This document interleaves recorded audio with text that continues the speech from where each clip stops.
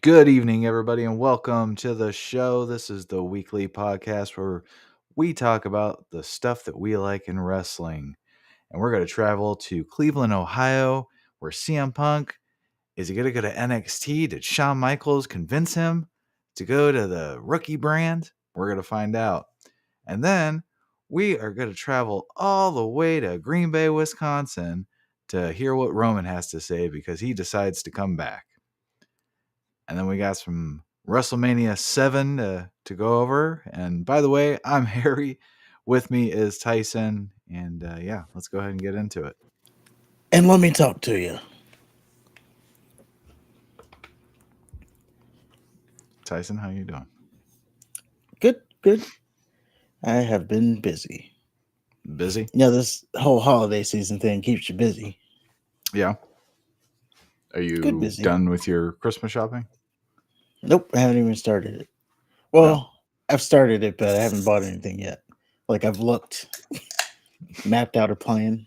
That's what I Okay. do. It's just I tried to go today. It was too many people out. It was too much. So what exactly has kept you busy if it's not Christmas shopping? Well, I'm saying I've been in stores. I just haven't bought anything Christmas per se. Okay. And like I don't know, just like minimum 30-minute wait in line. That's horrific. It is. But all the economists talking about, oh, this is going to be a recession this season or whatever. People aren't going to spend money. Well, I wish that tell that to me while I'm waiting 30 minutes in line. Well, you got people that are not spending money, and then you got the people that are doomsday spending. That's a thing, apparently. Oh yeah, got to prepare. Well, the doomsday spending, I think, is the theory that, well, the end of the world's happening, so got to spend it all. Prepare. Like people who went out and bought all that toilet paper during the thing. Well, I would think it would be more like, oh, I'm going to buy this Ferrari. Oh, they're just throwing away their money. Yeah, I can't take it to the grave. at least that's how I took it. That But is a anyway, strategy. so let's talk about Raw, shall we? Let's talk about Monday Night Raw. So they opened it up. They recapped McIntyre's descent into madness. And of course, he injured Sami Zayn and he threw Jay through a table. And then we're going to find out whether or not Punk decides on Raw, SmackDown, or NXT. Because they have a shot. Of course they do. And then, of course, yes. And then, of course, Cody Rhodes and Shinsuke Nakamura are wrestling. Nah.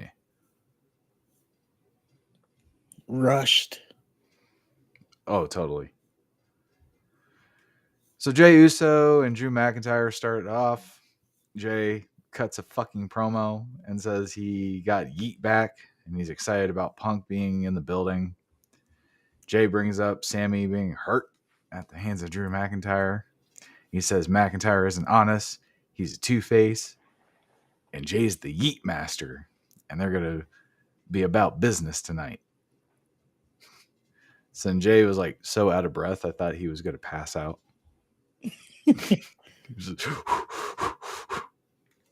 Kind of remember that Jamie Foxx skit where, oh, you knock you the fuck out.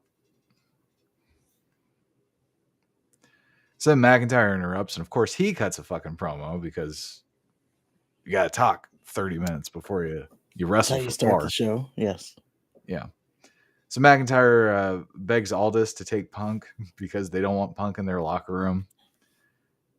He says, Punk will destroy this place from the inside out. McIntyre says Seth had it coming. And you know what? So did Jay. But maybe he was out of line with Sammy. Sure, Sammy ran his mouth. And he crossed the line by talking about McIntyre's family. But McIntyre did leave Sammy with one good leg. So they kind of balanced it out, he thought. But Uh, in all seriousness, though, he's sorry. So McIntyre, he thinks he's owed an apology from Jay, as he makes fun of Jay's made up word and the hand bob thing. This was all like, just, I don't know. It wasn't hitting me. You didn't like it, and then Jay's like, "Clearly, you can't dance." Yeah, I don't know. Jay's just like a caricature. I liked him better when he was with the Bloodline. He was a little bit more serious. Now he's just like, I don't know. He's like a mascot, and he always loses.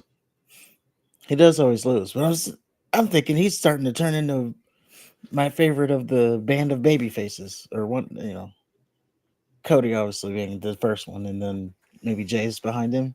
He's got that insurance. He's got the fans doing the hand thing.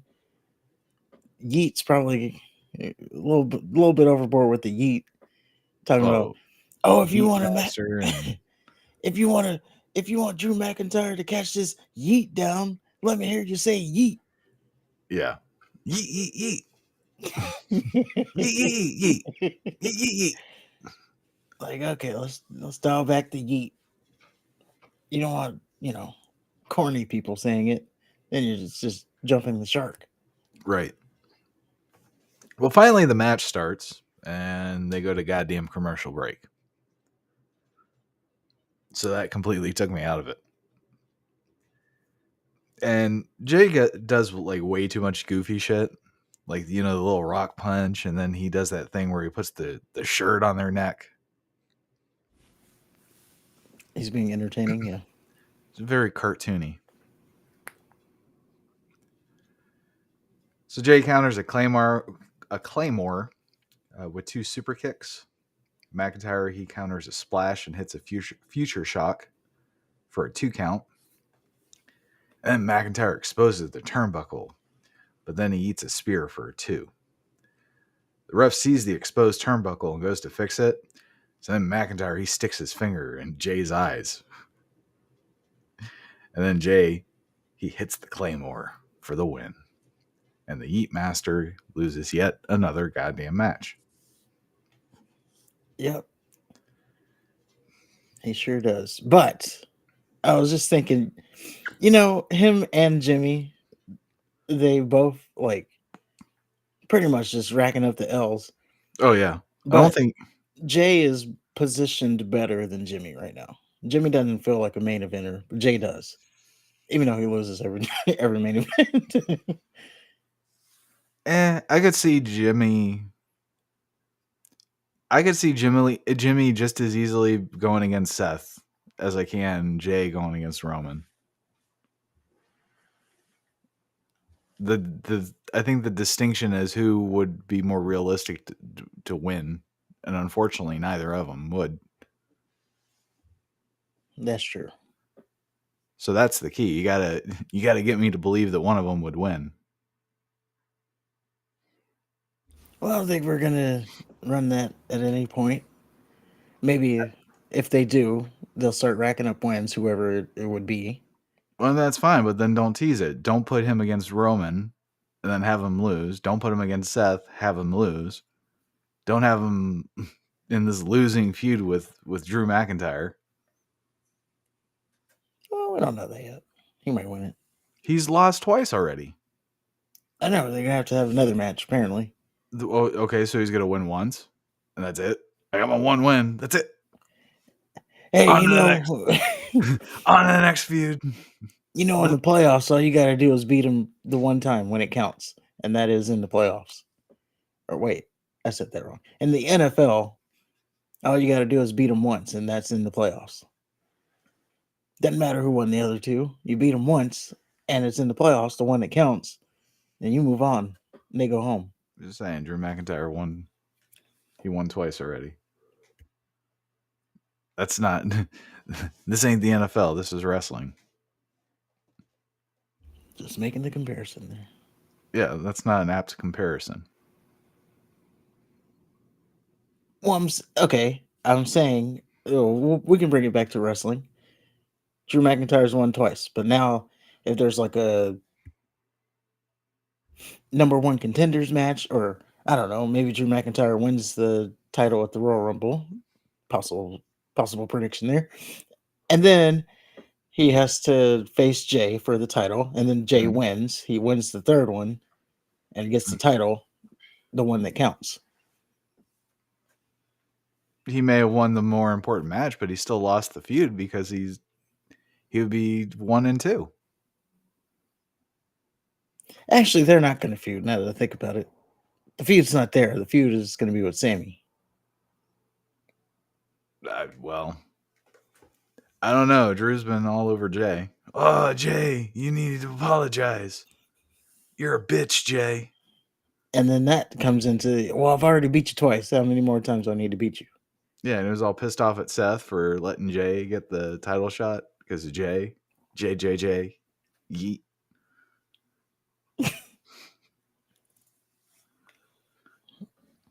I do like I like what they're doing with McIntyre. It's just I don't like what they're doing with Jay. I don't like that Jay's a cartoon. He's trying to be The Rock and John Cena. All the worst parts of him. I don't know. Well, he's connecting with the crowd, so there's at least that. That is true.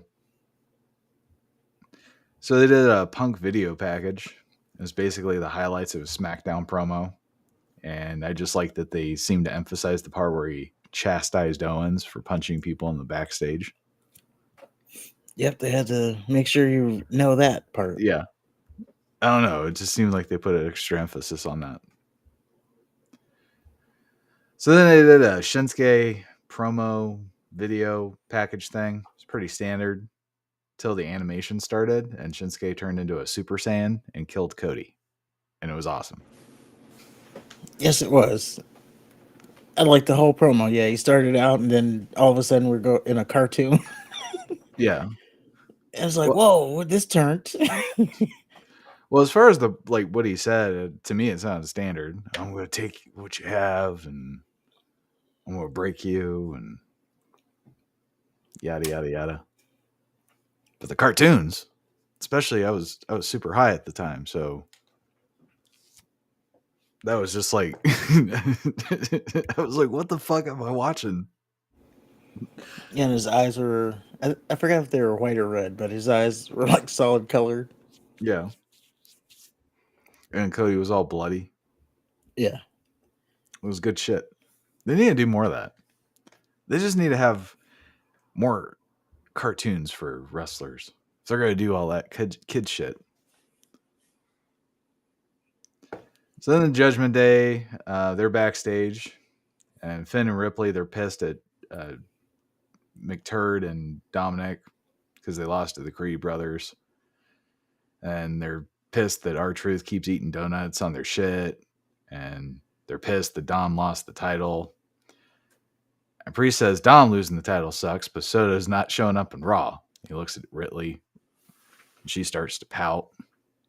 And Priest says clearly things aren't going their way, but they're not going to take the Creed brothers lightly. And then Ripley says, saying you're the leader is a lot easier than being the leader. And the Priest and Ripley, they start arguing back and forth. Ripley says she's tired of the disrespect and she's going to make an example out of Maxine fucking Dupree. They cut to the Alpha Academy and the Creed brothers creature thing says it'll be at ringside to watch Maxine get clobbered. R-Truth comes in with Christmas lights. He references Easter and Thanksgiving and claims that the Judgment Day is, or he's in the Judgment Day. So, and I wrote, fuck all of this. So the Judgment Day got more dissension there. Ripley's wrestling fucking Maxine Dupree. I don't know how. And R-Truth he's there. I don't know why he's there. I don't know if the Judgment Day is supposed to be like the number one heel faction. Why the fuck are they even anywhere near R-Truth?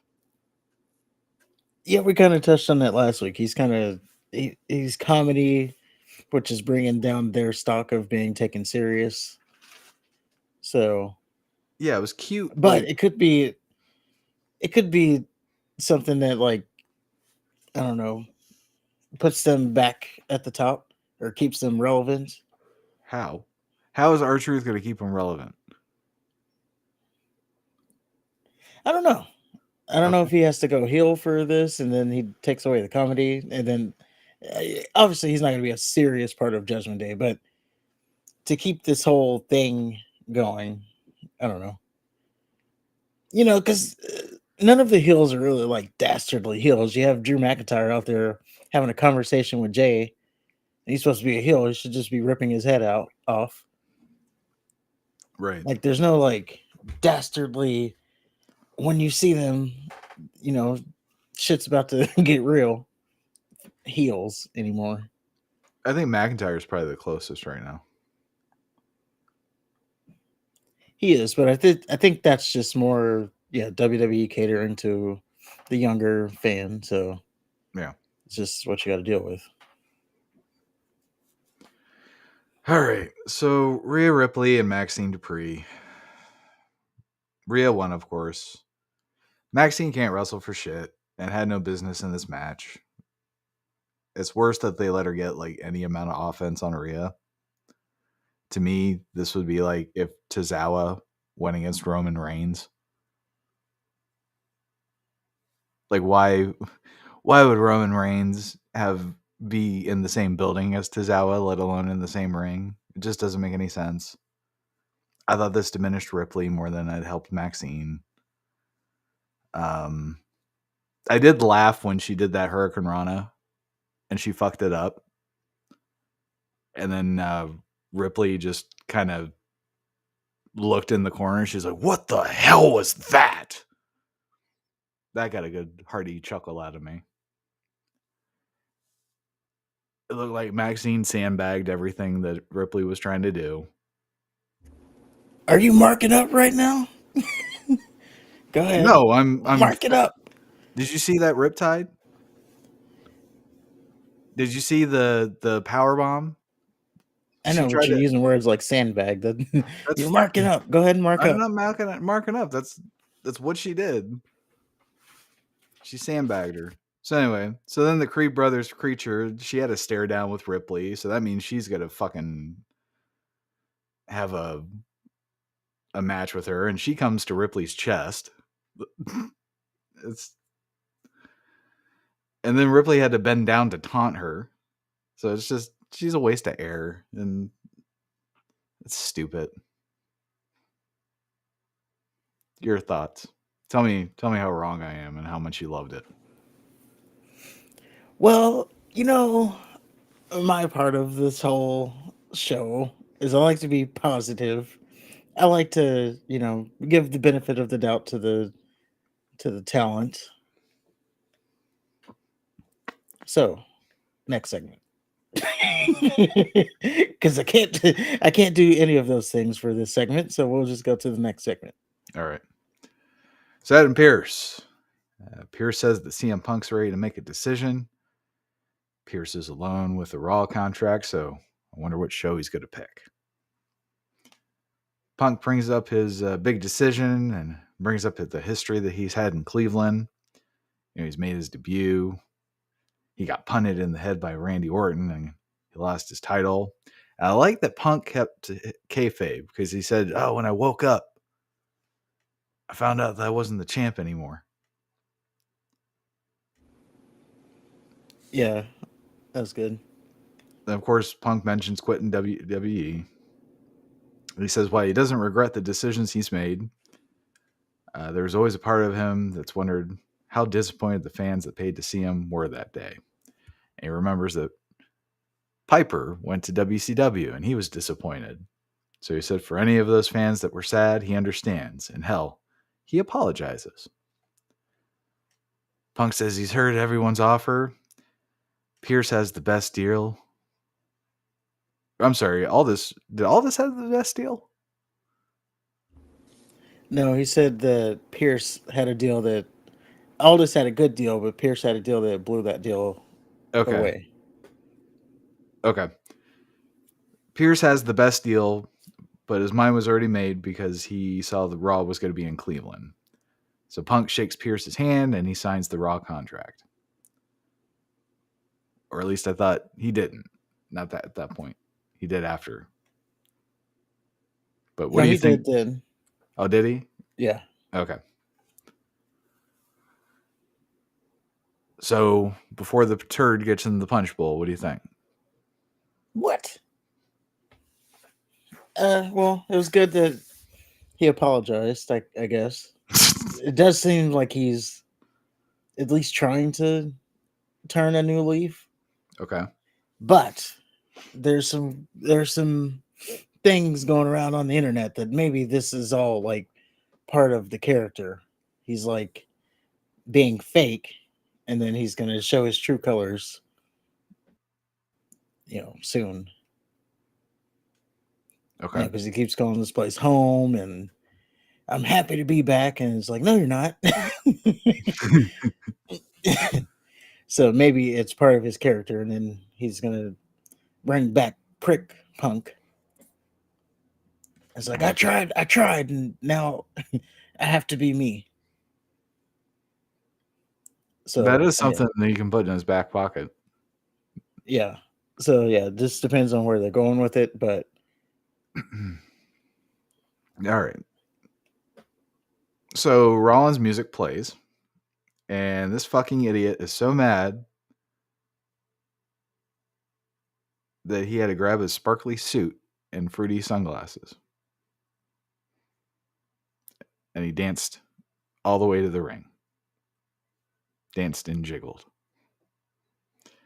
Then they have this awkwardly long stare down. Like, it was cool at first, but then like it just got like I could almost hear Punk's eyes blinking.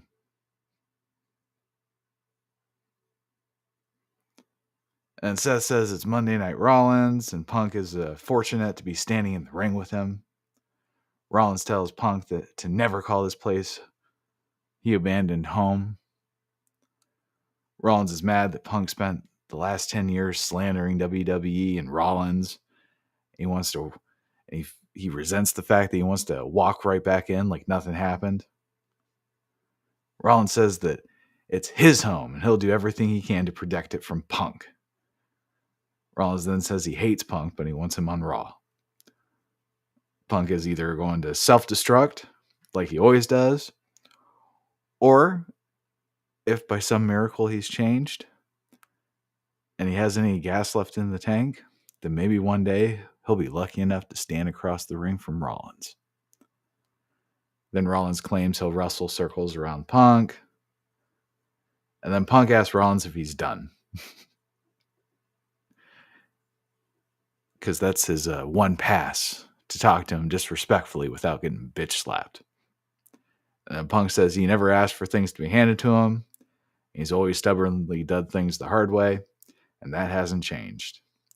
Punk says he's entering the Royal Rumble, and when he wins, maybe it's Rollins who he's coming after. And then I thought Rollins kind of sounded a little whiny. Not like voice-wise, just like, it's my home. You don't call it my home. You've been saying nasty things on the internet.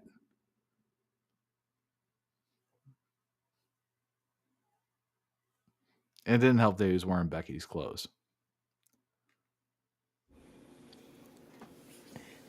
okay.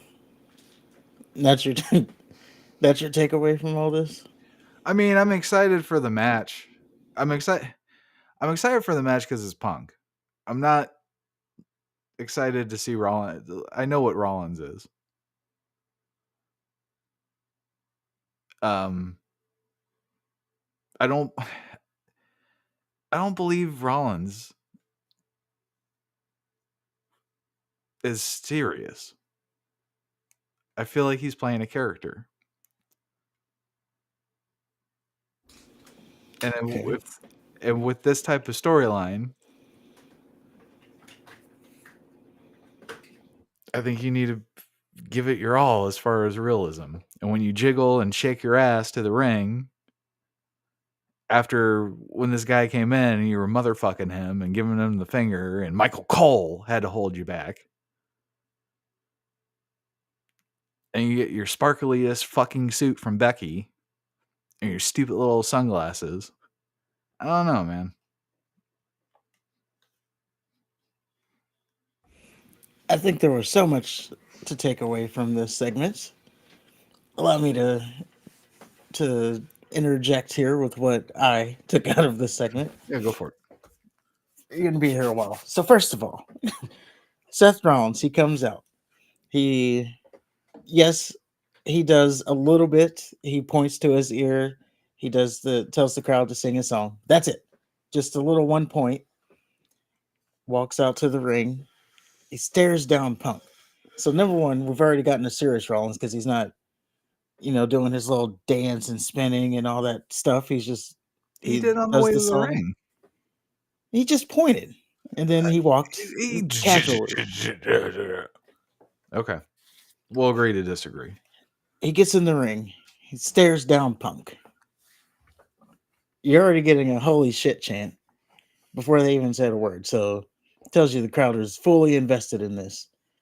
Oh, by the way, and I like that, like CM Punk, he signs on the dotted line, and then as soon as he signs on the dotted line, dun, dun, dun, music plays. It's like, let him sign. Now I'm gonna go and cook him because that's what happened here. So, yes, we get to the stare down. First of all, I didn't realize Seth Rollins was so much taller than Punk. I didn't either. Yeah, that was weird. It's like, golly, he's really that big.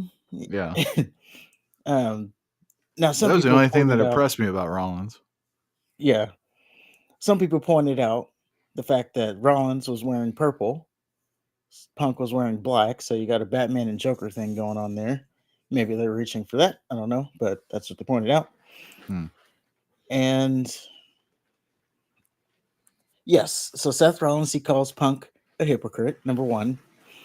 He brings up the fact that this is your last chance in wrestling. True. Like, you mess this up, you're done. You can't go back to AEW. You're not going to Impact. New Japan. You're not going to New Japan. He can go to Impact or New Japan. Well, he can, but who cares?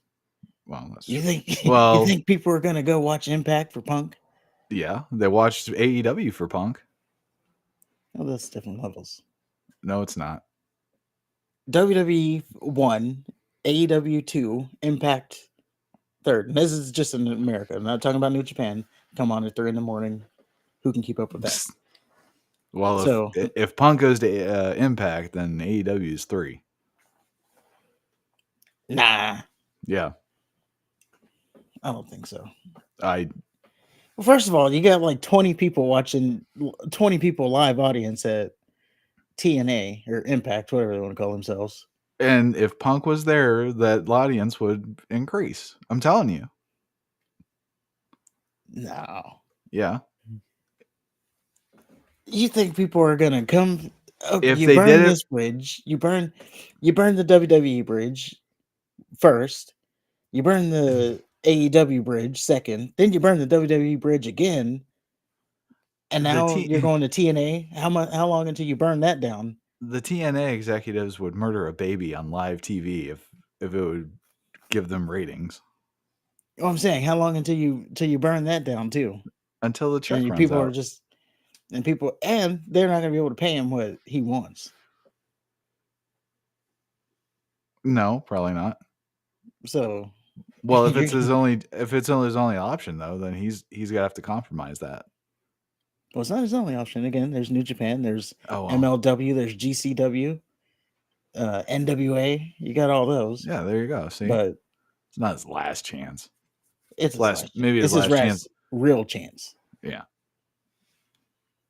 So we pointed that out, and he was like, "I know I'm a little bit." By the way, I have no notes for this. This is all just like me remembering it. Mm-hmm. So this is how much it impacted me. Okay. So, and then Seth Rollins said, "I don't want to mix my words here. I know I'm amped up. Like, I don't want any confusion. I'm gonna tell you this, and I want you to just like take it. No confusion about it. I hate you. Very direct, very straightforward. I hate you. I Another hate thing. you, but I want you to be on Raw because you're gonna self-destruct. Yes. Third point. I hate you, but I want you to be on Raw because when you mess up, I want to be there to slam the door on your legacy. Like you're kicked because again, this is your last chance. So you're getting kicked out of wrestling, and I want to be there to be the one to kick you out, slam the door on your legacy. There's another thing. But if you've turned the corner somehow, I can now show you what it means to be the best wrestler in the world. Like everything you hit on there was just gold. Mm. Except And the yeah, Punk, huh? except for the delivery. Well, what do you want to put? Does he got to? Should LA Knight have done it for him? Yes. Fed the Yes. lines of LA Knight so Yes. he can put some bass in his voice. Say it with his chest. Yeah. Maybe he'll have Becky talk. I don't know. Well, it's what he said, not how he said it. What he I said mean, you was, can't fault the guy for his voice. well, Mike just Tyson. You usually think Mike Tyson? If he tells you I'm a Tyrannosaurus Rex, I'm gonna rip your head off. you well, because of if, how he said it, if maybe you Seth think it's a joke, but if Seth get Rollins lost your even breath. remotely looked like Mike Tyson, then that's a different story. That's like Brock Lesnar. He can't talk for shit. That's true. He's like, I'm gonna punch you in the face, Muttonhead. And before you can even ask him what Muttonhead is, your face is caved in. Or he called her Seth Rollins, baby. I'm gonna come get you, baby. Like, what are you saying, Brock? It doesn't even matter. Yeah. But yeah, I think this is being built towards a generational feud, one that you're gonna remember. Maybe not you, but like people are gonna remember for years and years to come. Oh And no, I have another thing that I want to bring up here. Now, I know this is like knee jerk reaction, recency bias, money quarterback thing, but right now, I would argue that this feud, the way they're building it, it's slow build, but they're already building it. We might be looking at this being night 2 of WrestleMania. Bumping Cody Rhodes and Roman Reigns rematch to night 1.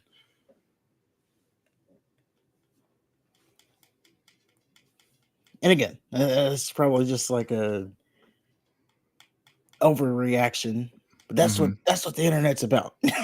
right. I don't know if I have a strong preference either way. As long as those two matches happen, I think I'd be satisfied. I don't think it really matters which is. It's gonna be a long ass night for both days either way. That's true. I guess it depends on what matches before that. Well, I'm just saying the way it's building right now, Yeah. this feud, by the time we get to WrestleMania, this feud will be more built because Roman and Cody, they haven't even like exchanged. They had that stare down a couple weeks or like a month ago, Right. and that was it. They haven't like. It's also because Roman hasn't been at SmackDown to build the feud, Right. but he was there this week. He didn't mention Cody, so He didn't mention a lot of things. yeah. So I don't know. Maybe it'll change when the night comes, but just creating internet buzz. Maybe this needs to be night 2 already. Unthinkable. Back in like even before, like the day before War Games, to think that CM Punk would be back in WWE and main eventing night 2 of WrestleMania is just unfathomable. Right. Uh, so I missed the Cody Rollins thing. Are they basically doing the same thing here? Like Cody came in and then Rollins is acting like the gatekeeper. Um, I guess you can say that's what they're doing. Okay. But I mean, I would obviously this is deeper. I would put this more the parallel between this and the Hangman CM Punk Okay. feud, because it's basically what mix the words around. It's basically what Hangman said to Punk. I'm not defending this title from you. I'm defending AEW from you. Okay. Um, Pretty much, yeah, the same thing. But and again, it's only been a week, but I haven't seen anything about a backstage brawl or you know Punk eating a muffin, calling Adam Page whatever he called him. No, instead Punk, like, wasn't he on the deadline and he congratulated Cora Jay and said how proud he is of her? Yeah, Yo, what a locker room cancer. yeah, and he was actually at NXT this week too. Like I don't know, he's doing this training thing where he's like Yeah. helping the younger talent. So they actually want to listen to him. I was thinking, speaking of the Cora Jade thing, she's totally fangirling him. It's like, man, Punk, you got it right in your palm. Yeah. I know you got AJ Lee and all, but you know, that's that's a 10, 20-year build you put in there. And I know she has Braun Breaker, so that might be a problem there. But you know, you planted that seed 20 years ago when she was like 10. And you just had to wait for the tree to grow. Now it's growing, and you just go knock it down.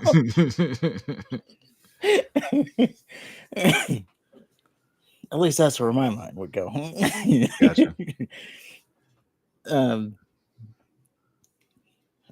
but this also shows, like, I don't know, the levels between AEW and WWE. Like, it's pretty much the same promo, but you hear nothing about a brawl or anything because, like Rollins said, there's levels to this, and Right. WWE is showing that they're on a different level.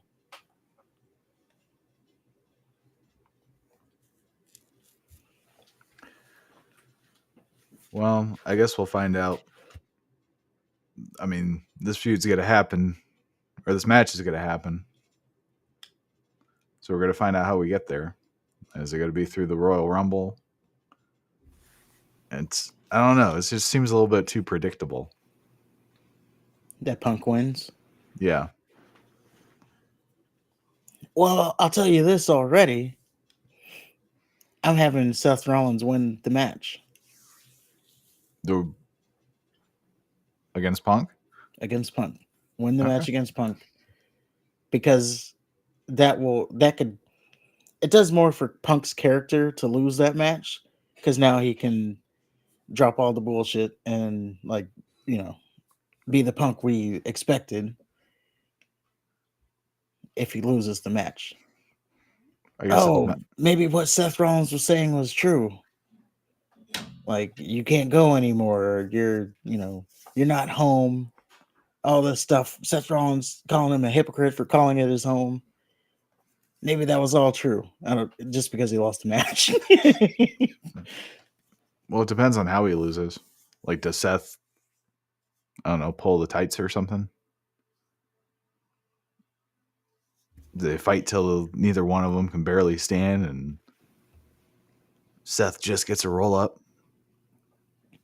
I And just Punk have is. Seth go out there and out wrestle him, and then win clean, and then it's like, and now Punk has to, dig deep to come back from that, No. or sends his character into the deep end. I know I hated this place. I never really liked this place. The only reason I came back, and yeah, now you just have pipe bomb Punk. Or, or he can beat Rollins and actually bring prestige to the belt that Rollins is supposed to be bringing prestige to.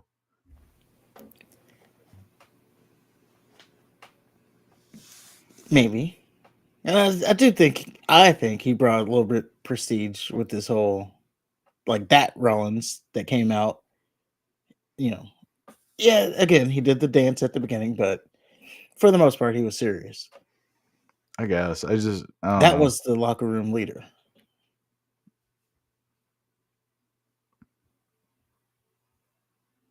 Just the tone. Like when you hear Punk talk, like Punk said like a sentence, and it was just more. There was more bite to it than all of what Rollins said to me. I'm not saying what Rollins said was bad. I'm just saying how he said it. Punk.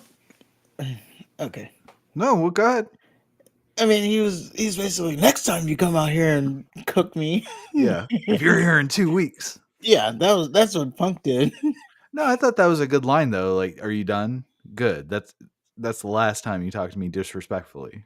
It's like he gave him a pass as champion because Punk is or not Punk because Pierce is there, Like I'm as a gentleman, I'm warning you.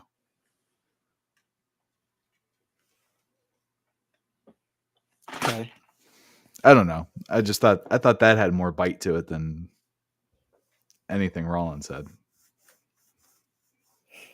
Well, I think Rollins had some good zingers, but if somebody could have delivered them better.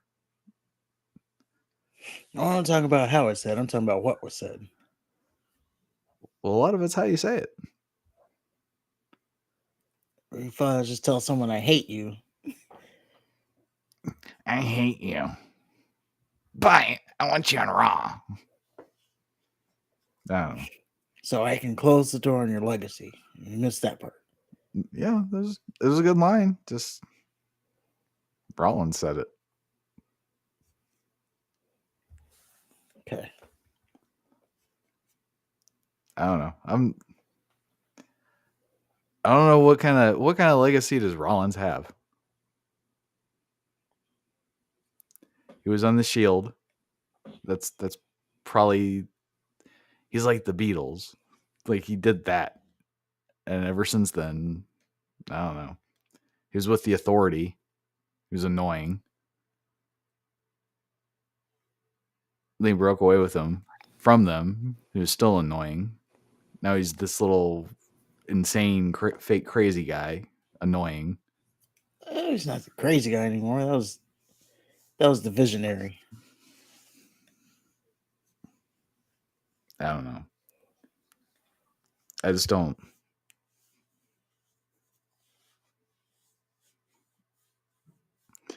I don't see what the big deal with him is. He doesn't do it for me. You don't. Yeah, you don't have to like him. Yeah. So later, Punk had a backstage moment with Judgment Day, also Kofi, Chad Gable, and Ricochet, and then he also had a thing with Drew McIntyre. Anything to add? Not really. There wasn't really much there. Yeah. Bronson Reed beat Ivar again with a superplex. Yep. Good match. There was just two beefy dudes beating the hell out of each other. It didn't go too long. It was like an 8-minute match. But they were just throwing that meat around, so you gotta love it. By the way, I didn't get to point out because my internet dropped last time. When they were doing that after match segment between Reed and Ivar, and Reed threw that dude at him like a javelin. Yeah. You love to see it. Like he just freaking javelined the guy as a weapon. I just kind of wish they would have waited instead of just giving us this match. They just do rematches a lot. That's true. Like the wrestling video game where you simulate the season and you're basically just wrestling the same person over and over and over again until Oh, you because you're wrestle in a some. feud with him. Yeah. Yeah. So the Judgment Day, they had a segment. They cut a promo, and then they beat down R-Truth, and then the Creed brothers come out, and then the Judgment Day try to pretend that they're a threat, and they aren't vanilla inbred hicks. And they take out all of the Judgment Day by themselves. Yeah. I told you, these guys are for real. I know. Pretty much. Keep saying it. Christ will come back too. Well, they're trying to I know what they're trying to work do. rate. I just wish they would, have them get over in the ring as opposed to just having the Judgment Day go, oh, these guys are for real. What? I just said they're trying to get over with their work rate, which is, I guess they are getting over with their work rate. But I don't like I said, you got to pick up the stick at some point. You got to hear what you got to say on the mic. You can't just be. They're not getting over with their work rate. They're winning a couple matches, and then whoever they beat, oh, they're for real. That's not getting over with their work rate.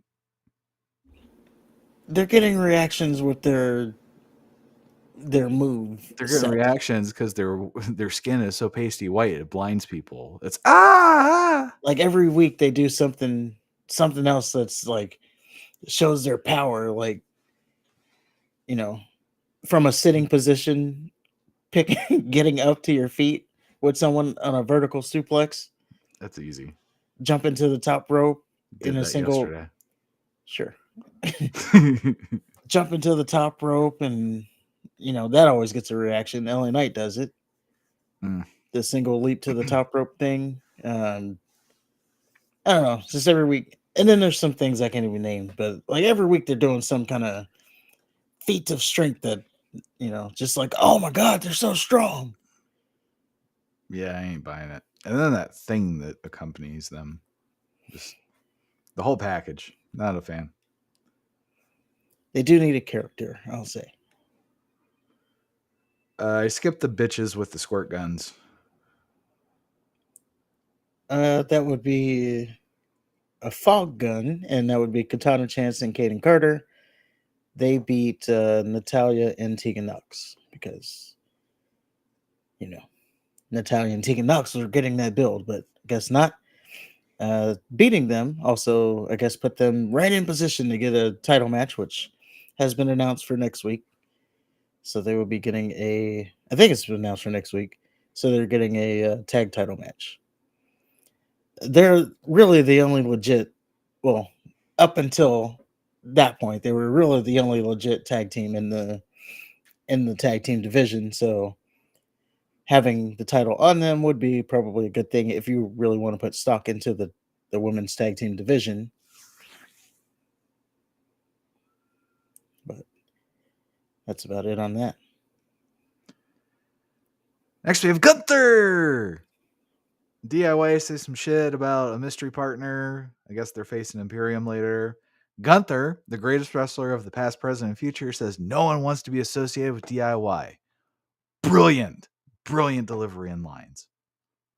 Fantastic. Okay.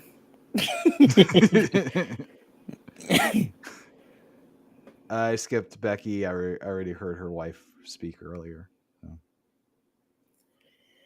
Becky Lynch, she calls out Nia Jax.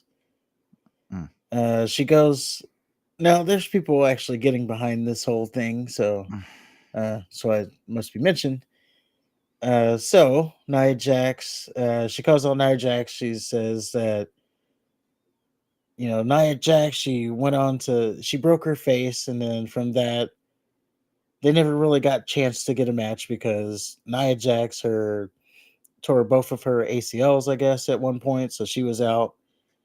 Becky Lynch was champion. Nia Jax got fired, so they never really got a chance to have their match.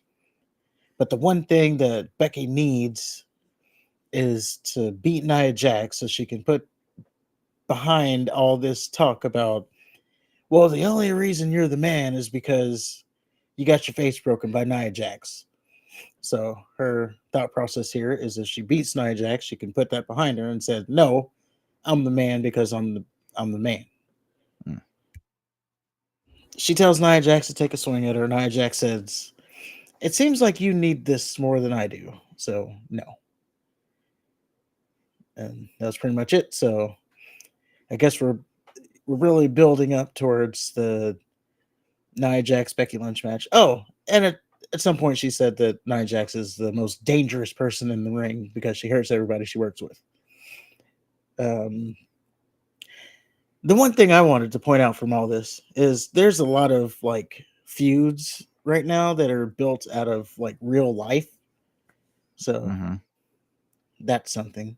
So like you got the Seth and CM Punk that's based out of real life. Nia Jax and Becky Lynch that's based out of real life because Becky keeps mentioning you got fired, and then this whole thing is about when she in real life broke her nose.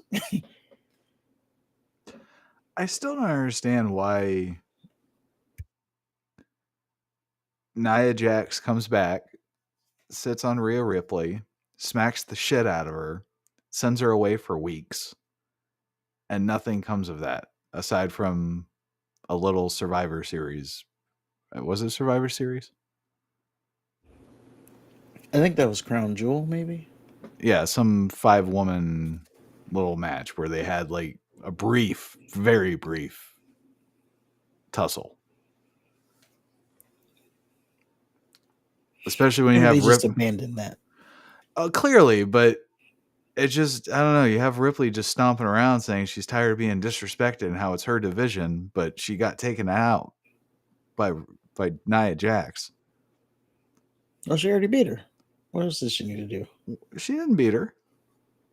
She beat her in the Fatal 5-Way. She was one of the 5 women, but she didn't specifically beat her. Well, who'd she beat? She beat Zoe, didn't she?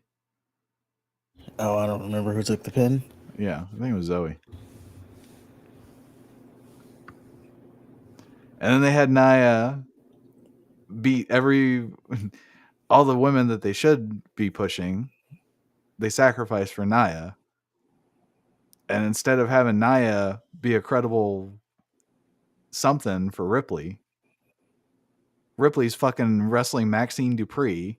Becky Lynch is wrestling Nia. It doesn't make any sense to me. Well, we may be building towards, I don't know, this big event that's coming in whenever, April. Maybe trying to hold off some feuds for that. I don't know. Maybe.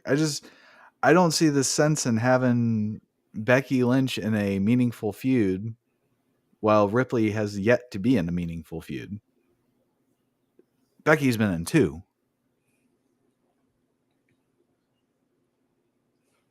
And they've done Well, that nothing would be with my guess. Ripley. That's Ripley's just my supposed to guess be, with it. and that's fine. I mean, if they want to hold off on it, it's just can't they do something better than have her wrestle Maxine fucking Dupree? Have Becky beat the shit out of Maxine. Well, the problem is Rhea Ripley, whoever she goes against, unless it's essentially Becky Lynch, is her only big time opponent on the roster right now. On Raw, like there's no one else. That's Everybody because else is a downstep. That's because they have them getting sat on by Nia. Well, even then, yeah. I mean, you still got to build up to it. Like you got to. It I'm just takes years saying, to build someone up and they to don't have that point. to. They don't have to have somebody built up to beat Ripley, but they could at least put Ripley in something. They could have her do something instead of just being the hole in the Judgment Day and wrestling Maxine Dupree. And then having nothing matches with she had a match with Zoe. Then she had that nothing five woman match. She's done nothing. That's true. Becky has been she feuded with Trish for 6 months. Then she had the NXT title where she was doing open challenges. Why can't Ripley do open challenges? Why can't Ripley do something? Well, you're right. She hasn't done anything with the title, but anything. She hasn't done anything. The only thing she has done is bitch with a priest. Well, I just think there's no one at her level really. And that's fine. Get somebody on her level. Well, that's not her fault. No, it's not her fault, but and it's not her fault that they're not doing anything with her. I just think it's silly that they're not. She has all the talent in the world. I don't like her, but I can't ignore the fact that she's got it.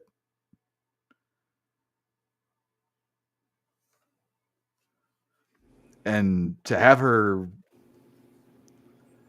I don't know. They're wasting her.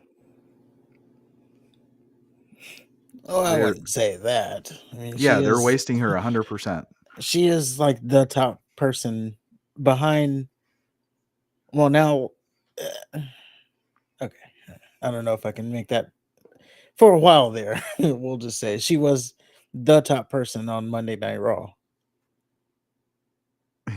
Yeah. Now, she's dialed back a little bit. CM Punk obviously gets rocketed to the top of that list. Well, Cody too. Since he came over. Even with Cody, he wasn't, really. He was just there for a while.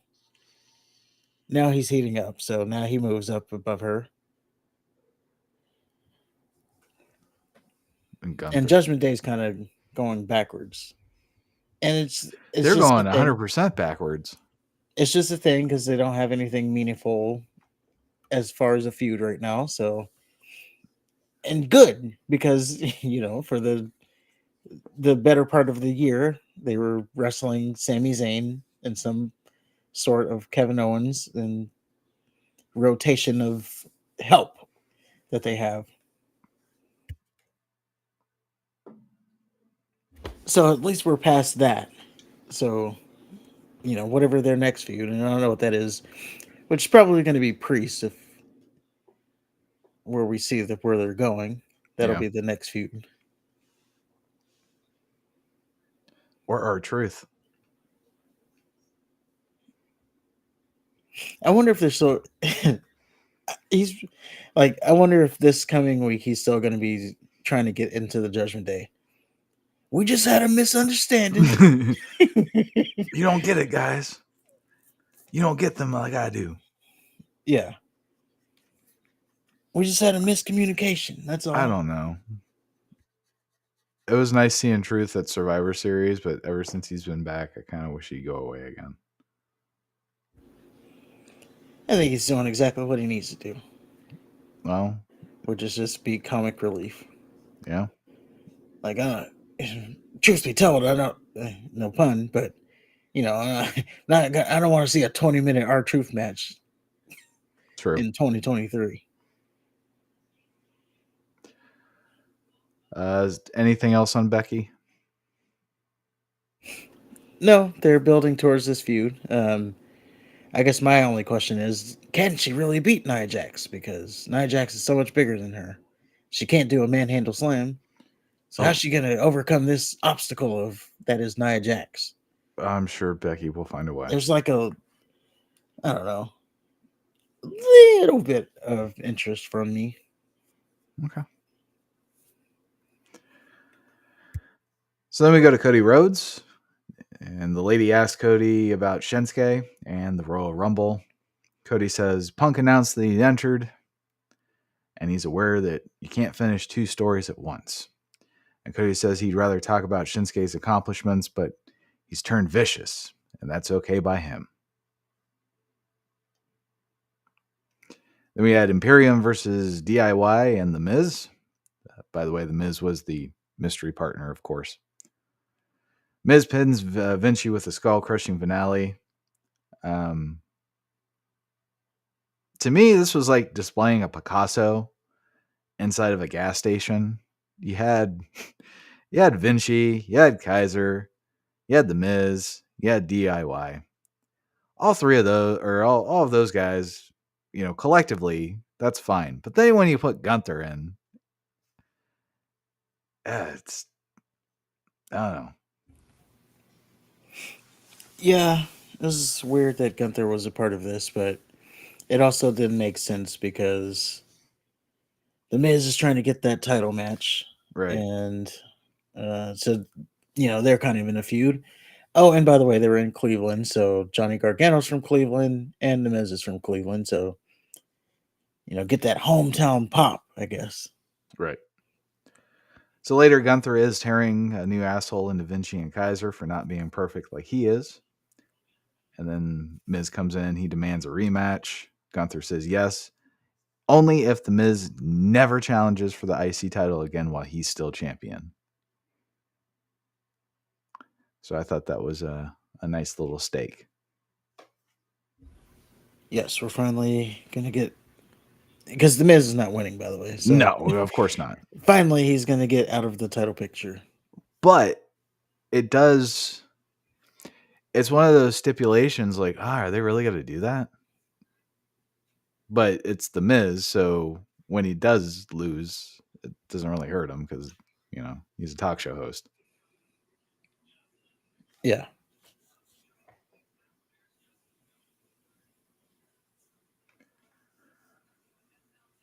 So Shinsuke Nakamura and Cody Rhodes, they had their match. And Cody matches are great. I like how he does the feats of strength and the 10 bunches on the turnbuckle and all that old school shit. He's just old school babyface wrestler. Yeah, that's always good. Nakamura, he countered a Cody cutter into an armbar. And Cody rolls over and try to get him with a crossroads. Then Nakamura, he rolls over into an armbar again, which I thought was a nice little sequence. And Cody finally hits a Cody cutter, and then he goes for a crossroads. Nakamura, he escapes, and he hits Cody in the eyes with the red mist, and he gets disqualified. Then Nakamura beats Cody's ass after the match, and then he Kinshasas him in the back of the head. And then Shinsuke grabs a chair, but then the Creed brothers come out. Of course, Shinsuke is scared of them because they're real. And yes, out come the Creed brothers for no reason at all. Like, what? Have they even talked to Cody on camera?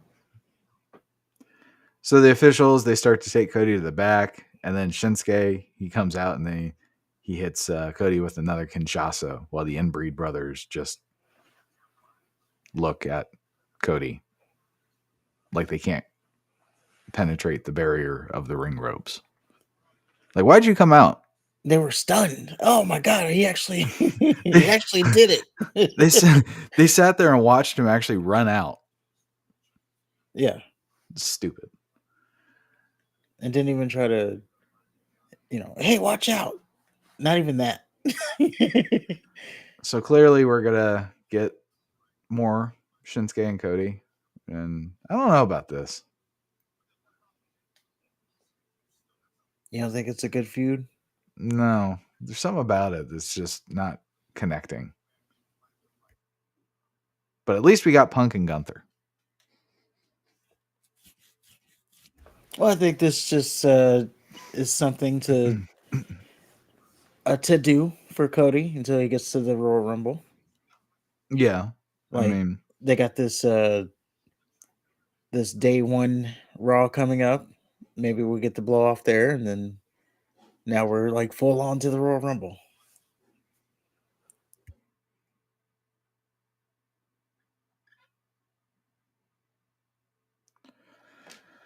Well, that is Raw.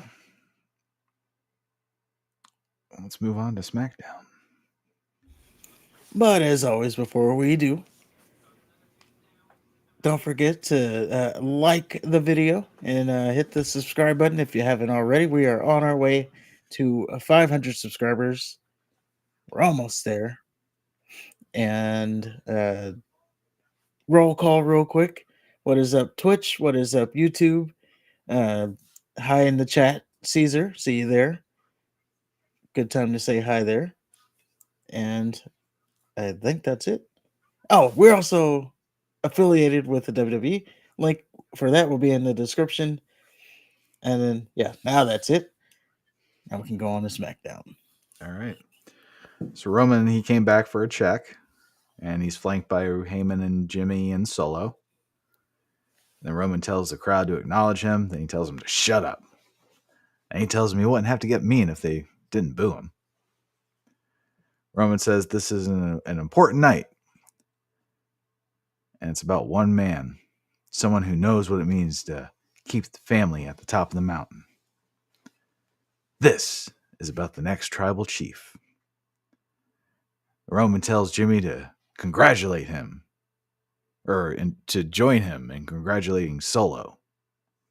And the whole time, Jimmy was, took his jacket off and straightening up and holding his head a little higher. Yeah, Thought it was going to be him. Yeah. Like, what have you done to think it's right?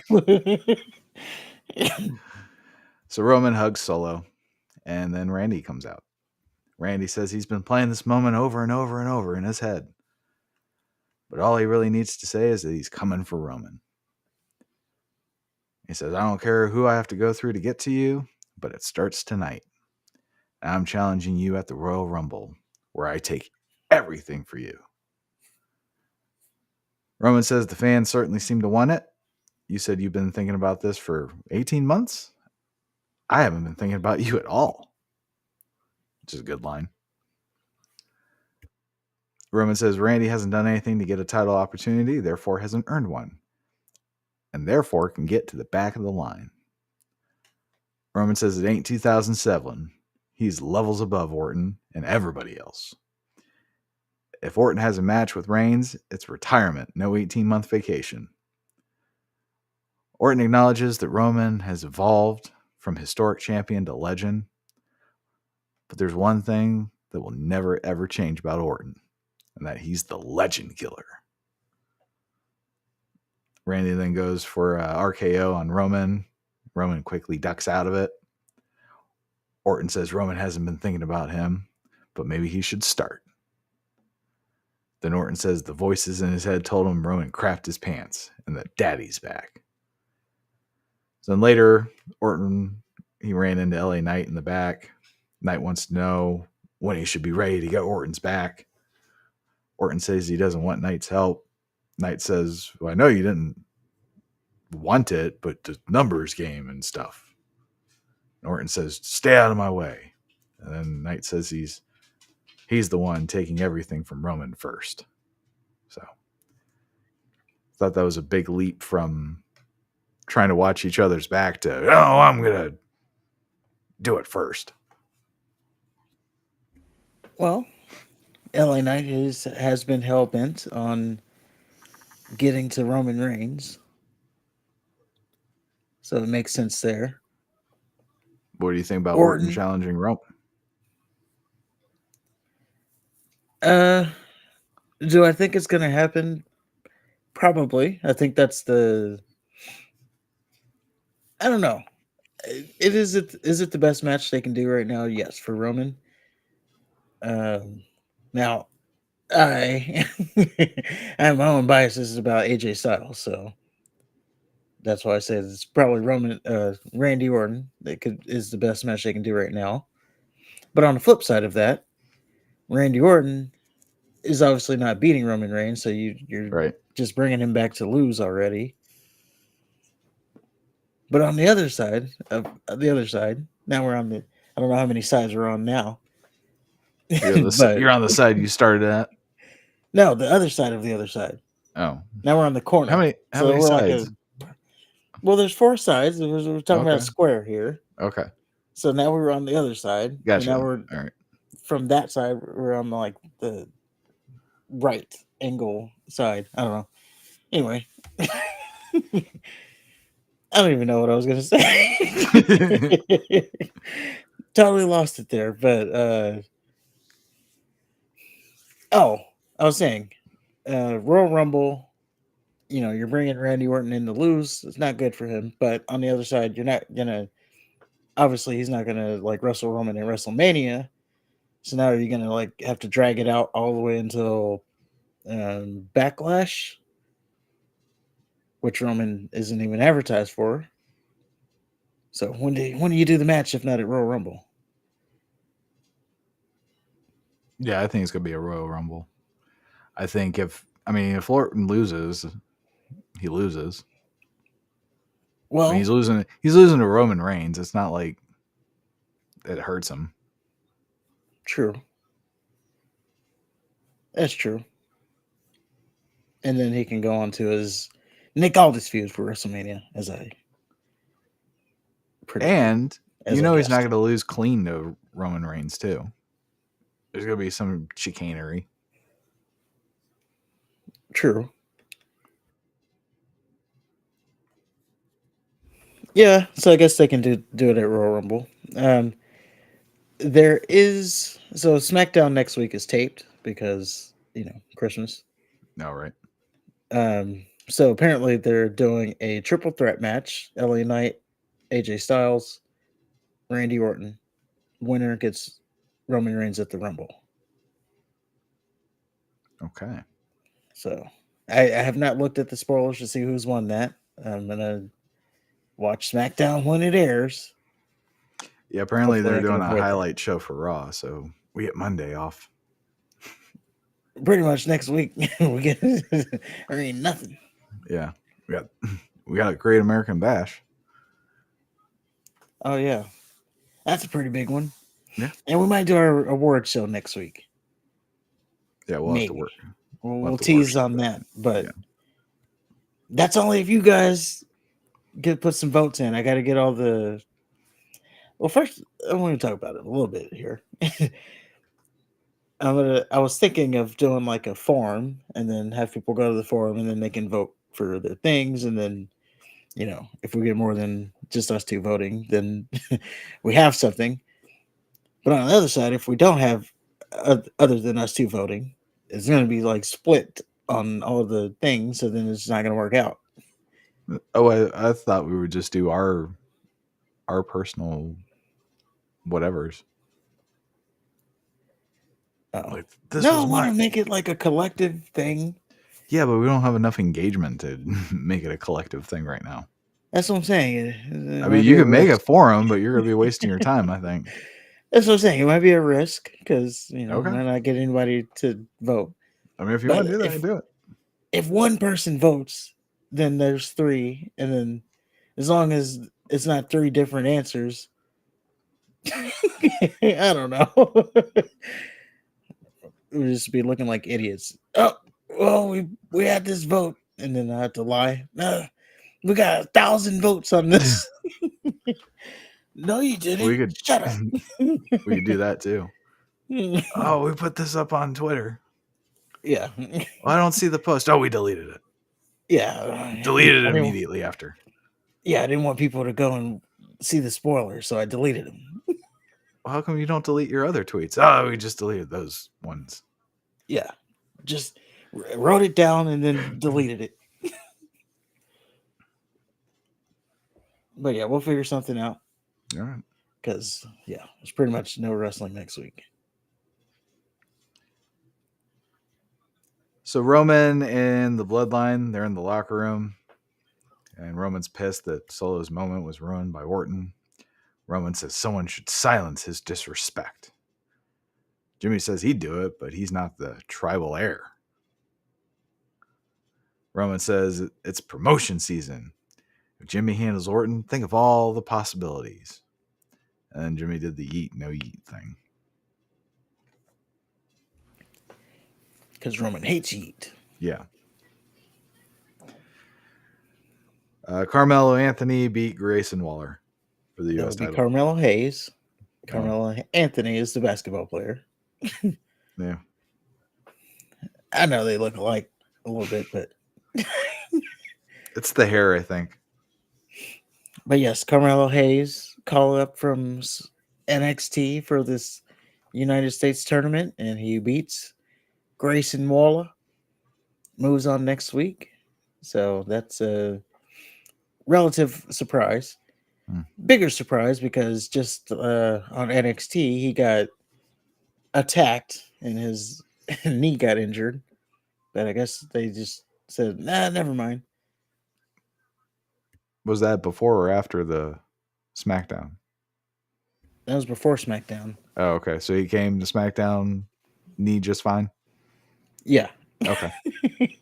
So yeah, this past Tuesday he got attacked because they're doing this storyline about who attacked who.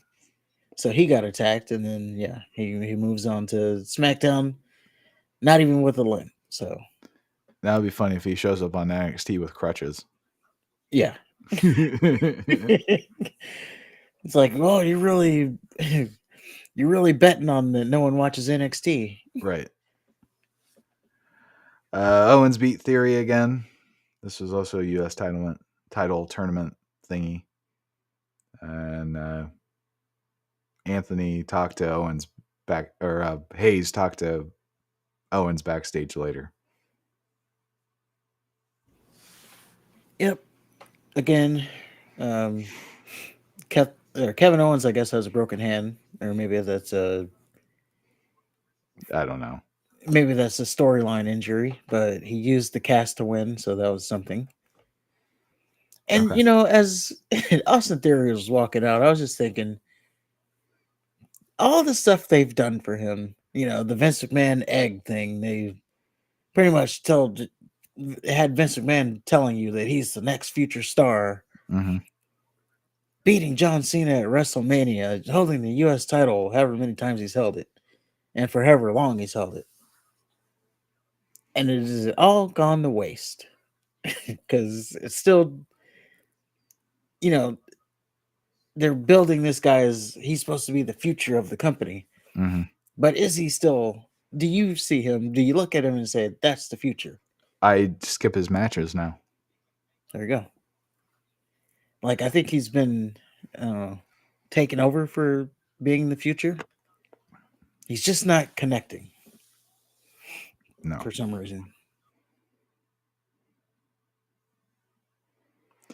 Karrion Kross was given time for a promo for some reason. And it actually wasn't bad. No TikTok bullshit. Yeah, apparently he's getting a little push here. Getting a new little gimmick. He said some stuff about change is coming. And I guess at some point, I'm telling you, man, geeks.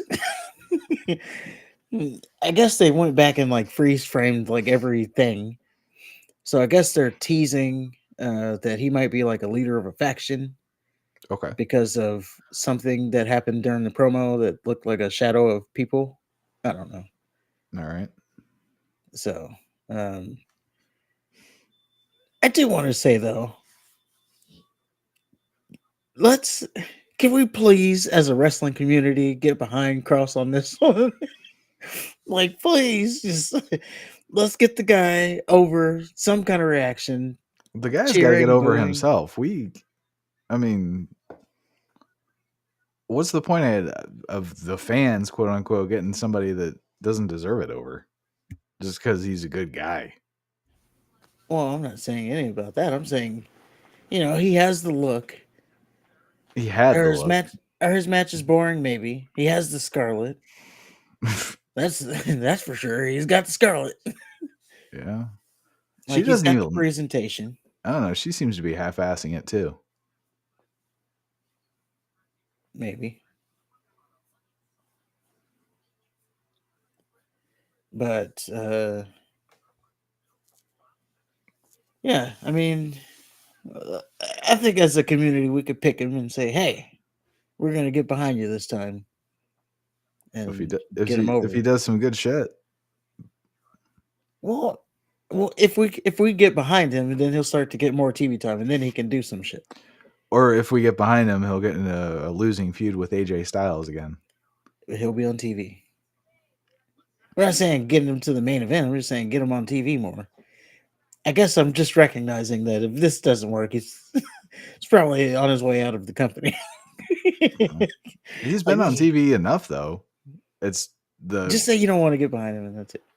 No, I don't mind getting. I'm cautiously optimistic about the promo. I said it wasn't bad. It's not about getting behind him. He's just got to give me a reason to get behind him. It's not my fault. It's his I'm fault. calling for the community to rally behind Cross. Well, I'm calling for the community to use common judgment. Don't just hand him one. Let him. No, I'm saying let's hand him one. Let's hand him one. Let's say, you know what, we got you. Come on, guys. We already did that to Santino. That was our one. Oh. So Damage Control, they had a video package. And Bailey's back to taking credit for all of the group's success and being the mastermind or whatever it is. Give me a minute. I got to plug in my device. Then Bailey, she says the goal is for Asuka and Kari, who are now officially the Kabuki Warriors. The goal is to win the tag team titles for them. Bailey says the last step is for her to enter the Royal Rumble and win Ripley's belt. And then finally, Bailey's dream will be realized. And Io says she's the most dangerous champion in WWE. Asuka and Kari, they say no one is ready for Damage Control. And then Kai says they're taking it up a notch. And then they all just laugh maniacally. And yeah, it's a great little video package. Although I thought it was a little schizophrenic with the Bailey now being all cocky again and the Japanese ladies acting like nothing happened. I don't know. It's kind Maybe of they're just stringing her along. It was odd that they weren't like, because she would do the thing. Because up until this point, she's been taking credit for everything, but they just kind of look at her like she's like they're gonna kill her. That spooky little dead stare. And then now it's just, I don't know, they're sitting with her and smiling, and it's like they're in on the joke instead of. Or maybe she redeemed herself a little bit when she took out Charlotte. Oh, maybe. Or when she helped Asuka. That's a possibility, I guess. But still, I don't see them just letting her bullshit. Like, it's my idea. I did it all. It is a little far, but yeah, I'm just saying maybe she redeemed herself a little bit. Okay. So Kabuki Warriors, they faced Vega and Mia Yim. Warriors, they won with an insane elbow to Mia Yim. Bailey and Kai helped. So, yeah, this week they look like a complete faction. We'll see what happens next week. And I just want to point out during this match, obviously, number one, Dakota Kai, she seems to be healing pretty good because she put her foot on, I think it was Vega when she was outside the ring. And then Mia Yim came around and then she ran away. So she's running. That's one thing. That's the takeaway there. And then the big part of this match, I had to break this match into segments. I didn't get to watch it all the way through because Dakota Kai jumped on the apron in her Daisy Dukes and the cameraman caught it at the perfect angle. So I needed a cigarette and a nap after it. Eh? I guess if I didn't mess the lineup, it would have been a lot better. That was funny. I was on mute. And then after that, I finished the match.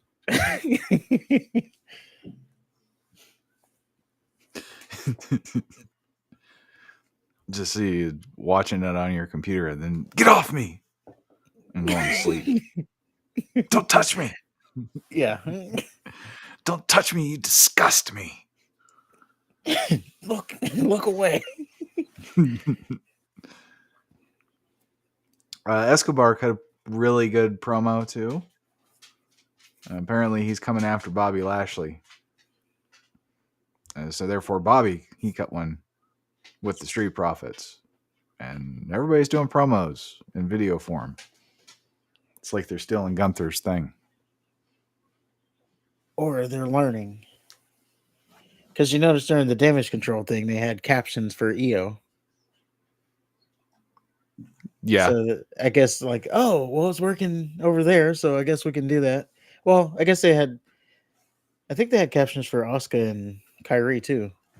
Yeah, they definitely had captions for Asuka. I don't know if Kyrie said anything.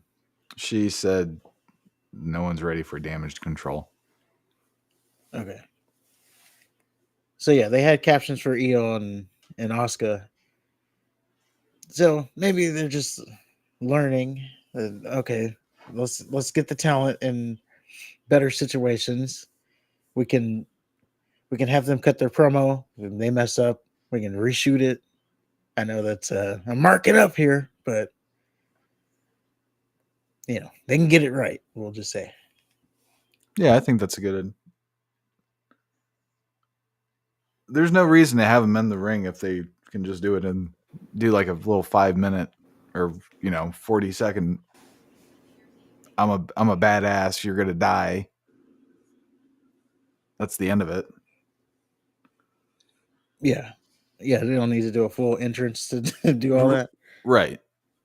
Unless you're Cody Rhodes. I was just about to say. But it is interesting to see where they go next week because, we got Bobby Lashley versus Santos. I don't know who's going to win that one unless Santos gets someone. We get a run in, someone distracts Santos. But then we'll have a finals of Kevin Owens and Bobby Lashley. Kevin Owens is obviously winning the tournament. We'll just say that. Right. But they could go Carmelo Hayes and make a star on night one.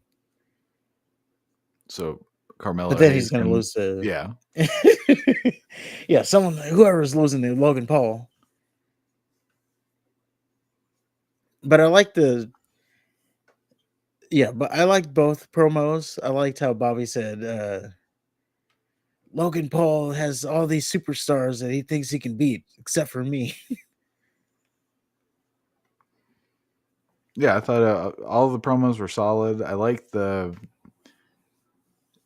atmosphere of the Escobar and Damage Control one. Mm-hmm.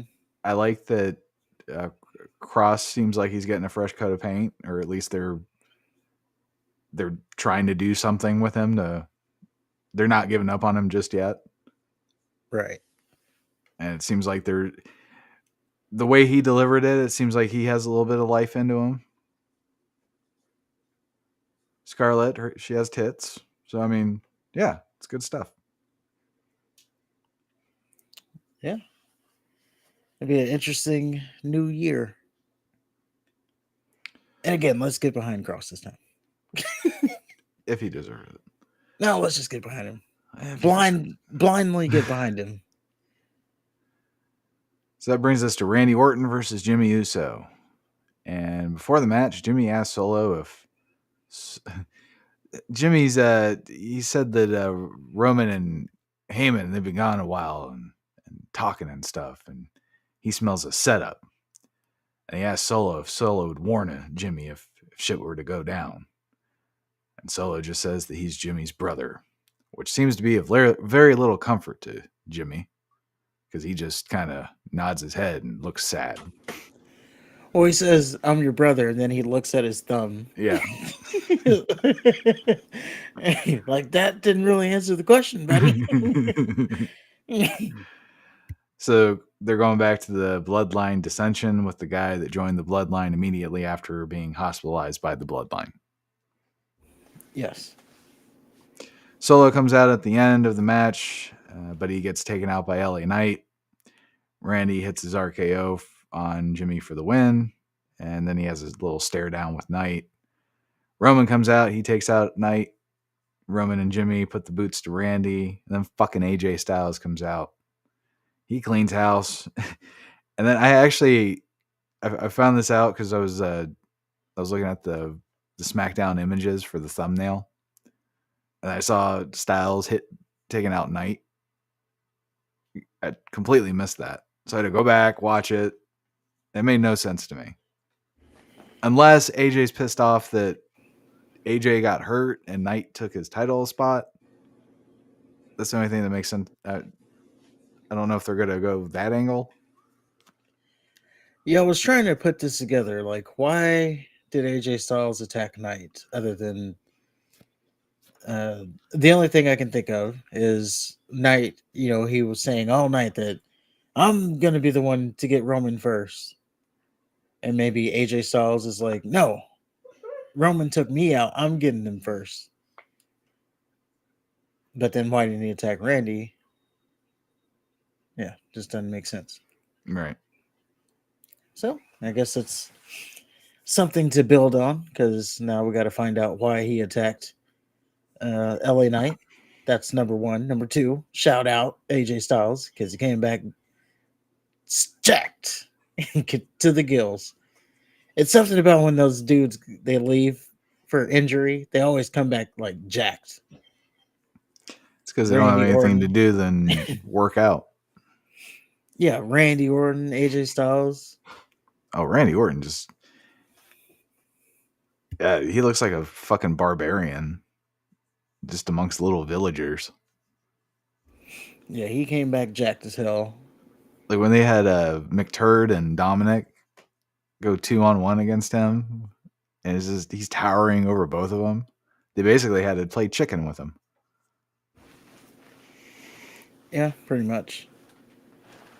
But yeah, interesting to see where they go there. Like I said, the taped SmackDown, where you know that AJ Styles, LA Knight, Roman, and Randy Orton, they're going in a triple threat match, and the winner gets Roman Reigns at the Royal Rumble. I do like that there's more stuff going on both shows now. It's not just Judgment Day on one and Bloodline on the other. Yeah, we got a bunch of stories going on. I did have a question though, to jump back just a little bit. So Jimmy Uso, you know, he's getting teased that he's going to get kicked out of the bloodline here. You know, he was already out of the bloodline, but now he's back in, and now he's getting teased that he's getting kicked out again. So, what exactly does he go? If he does get kicked out, where do we go with Jimmy from there? Because as I talked about earlier, he doesn't feel like he's a main event guy. Mm-hmm. Like, really, the only thing I was thinking, like, the only thing that we could do with him is send him back over to join his brother, Jimmy. Or I'm sorry, Jay. But then that brings Jay down because Jay's doing this main event thing. But if Is he he gets though? kicked out, They're both losing. I think. I don't know. Maybe the idea is that they're losing so much together that so when they finally do reunite, because the ultimate goal is they're going to get back together and be the Usos again. So they're going to find their winning ways once they're like, we can't win without each other. right, because they can't. Yeah, pretty sturdy. Yeah, they're not winning without each other. That's I mean that's the only that's where I get with it. I mean you can keep them singles, I guess. But is it too soon to be already putting them back together? Well, you got to have the match first. Yeah, that's what I'm saying. You gotta go through the match, or maybe that's I don't know. I just don't know how we get there. If he gets kicked out of the bloodline, obviously, then the feud would turn to uh, Solo and Jimmy. Unless him losing to Jay is the last straw, and that's what gets him kicked out of the bloodline. So you hold off on the kick out Yeah, until after he loses. like keep up with the tension, but then yeah, when Jay beats Jimmy at WrestleMania, then Roman comes out and he tears his lay off or something. I don't know. True. But then, and then he goes, that would send him babyface because obviously he's going to get sympathy when he gets his ass kicked. Right. Even have Solo spike him or something. Yeah. As Jay's walking out, like do that thing where he's looking over his shoulder, watching Jimmy just get assaulted, and he looks conflicted. And then he just runs in and everybody cheers.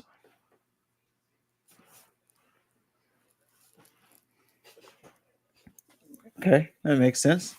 See, that's good. We talked that out. Yeah.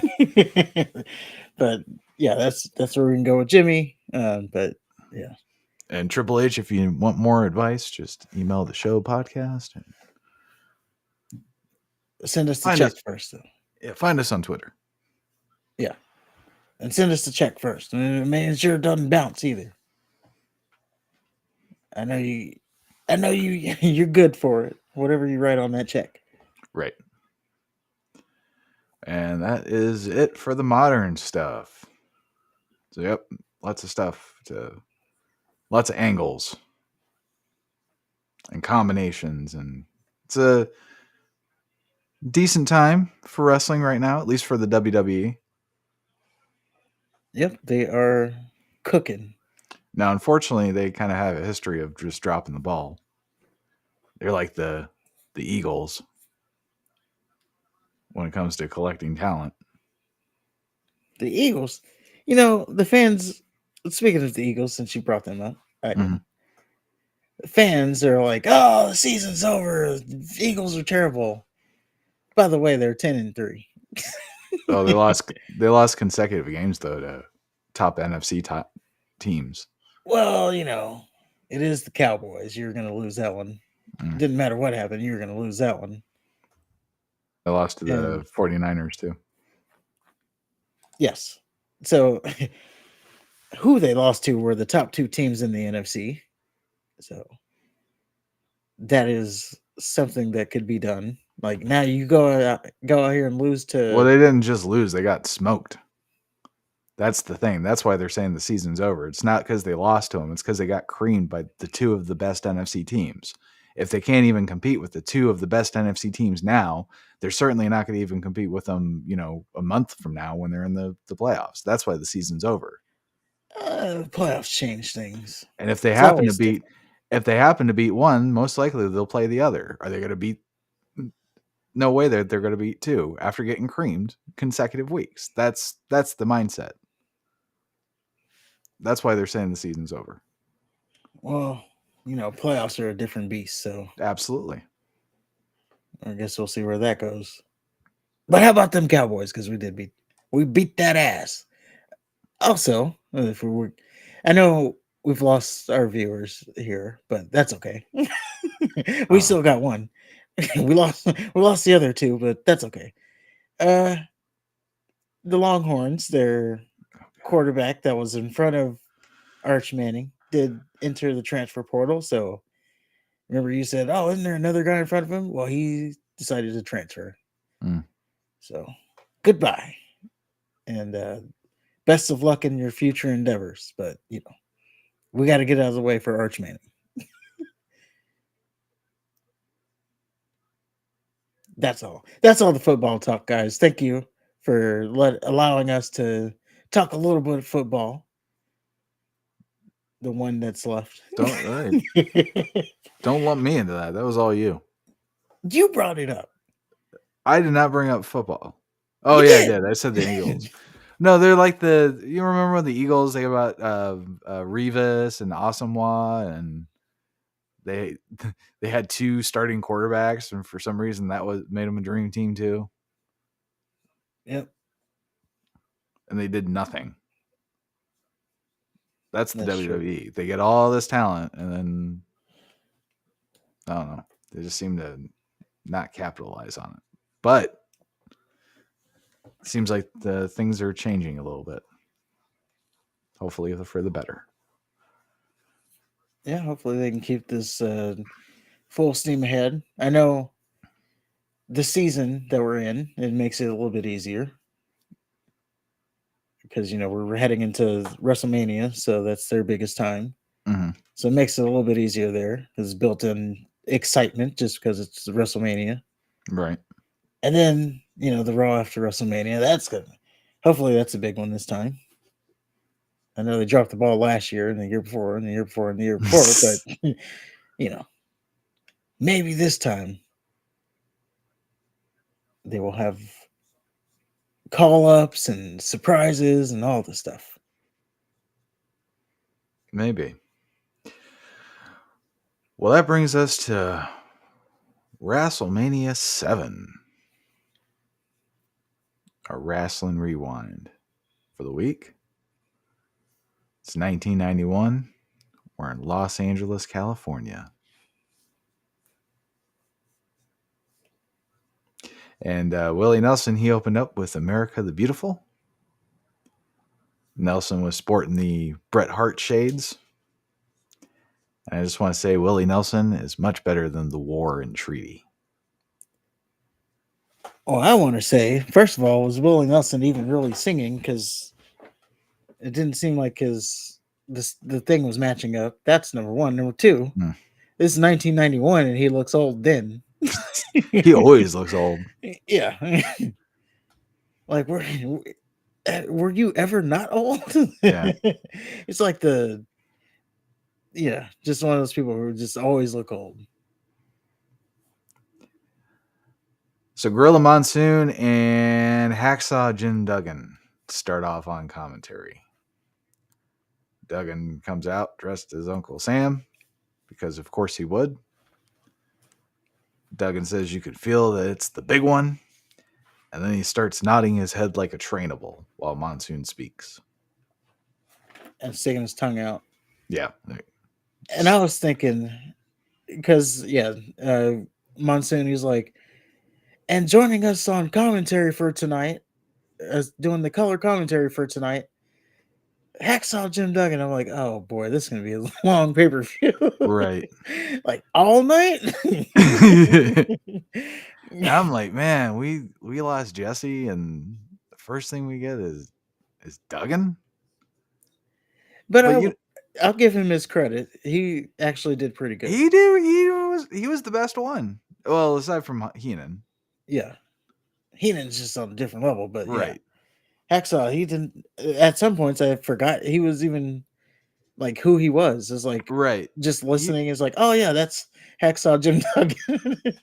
He did color, but it was very legitimate. Yeah. I thought, it was. See, Duggan, is Duggan the best in the world in 1991? Come on. Come on. Yeah, nobody can touch him in the ring, on the microphone, even on commentary. Okay. But I was thinking, and he's not even like, oh, after everything he says, because I had honestly expected that. But I was like, no, he's actually doing good, and he's taking it serious. So yeah, wasn't like that Lord Alfred Hayes guy. Oh, the little British guy. Yeah. So Haku and the Barbarian with Bobby the Brain Heenan versus the Rockers, our curtain jerker this evening. And before the match, some guy talks to the Rockers backstage. The guy says Haku and the Barbarian are the biggest challenge they've had yet, in size and in sheer force. And they've been unmatched since they've come to the WWE. Jannetty says that they're big and strong, but since the beginning of time, the Rockers have been defying the odds. And they're also tag team specialists. Shawn Michaels, who's back to wearing his little wig, says that no doubt Haku and Barbarian are the baddest, but what is going to make us? But what is that going to make us when we beat you? The Rockers are going to do what we always do: turn heads, turn on crowds, and come out on top. Then they both like do this awkward little rock, rock paper scissors. Yeah. Like they do the rock motion, and then they leave. So we cut back to the ring. Haku and the Barbarian, they're waiting. And starts off, classic brutes versus high flyers. And the big men underestimate the Rocker's speed. They both eat a super kick. And I think this might be the debut of Shawn Michaels' super kick. I can't remember if he's done one. Well, he certainly didn't do one last time. Yeah. Because, he was getting... they were pretty much getting their ass beat by...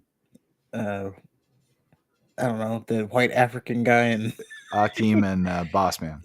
Yeah. The Twin Towers, I think. Yeah.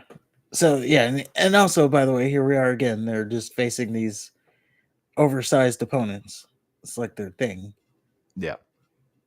So then Heenan tells Haku and Barbarian to bring one of them over to their corner and just have the match there. So Jannetty becomes the first victim.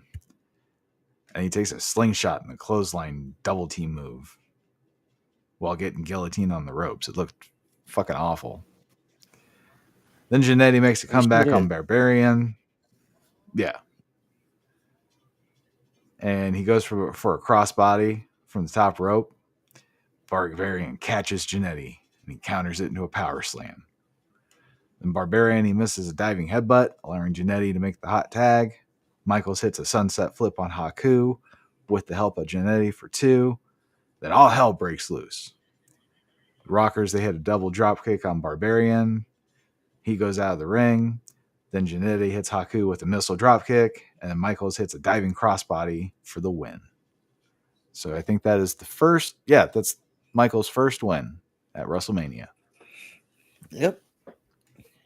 Finally got on the board. And it was a pretty decent match, too. It was all right.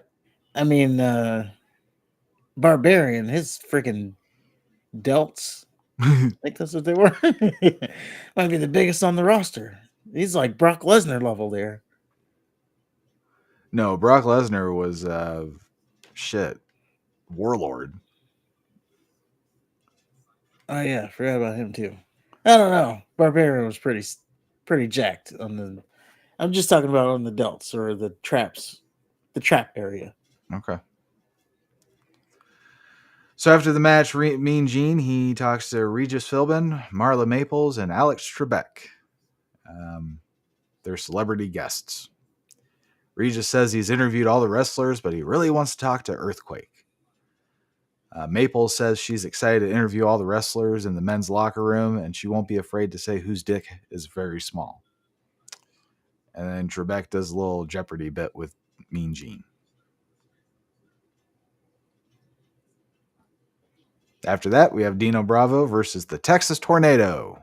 Mr. WrestleMania, Dino Bravo. He's been on every WrestleMania. Yeah. Are you familiar with the Texas Tornado?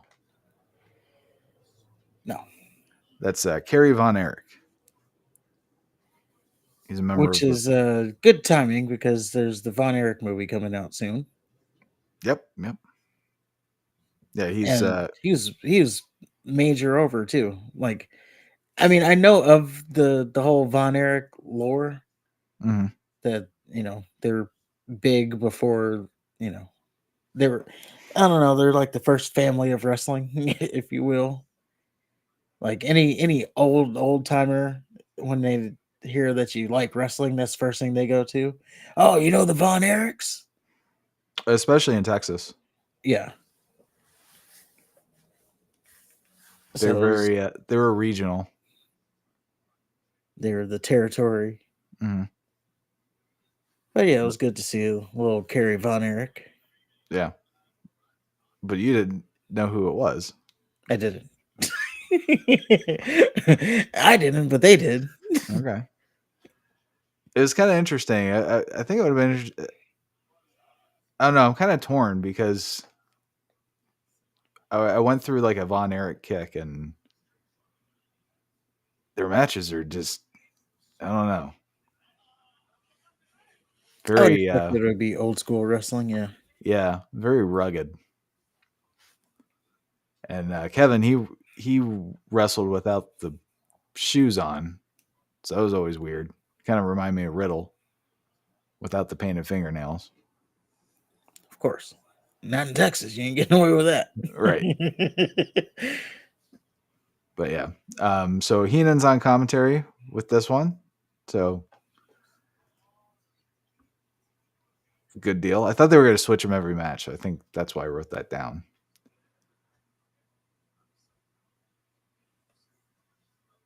So it takes Von Erich way too long to get his coat off.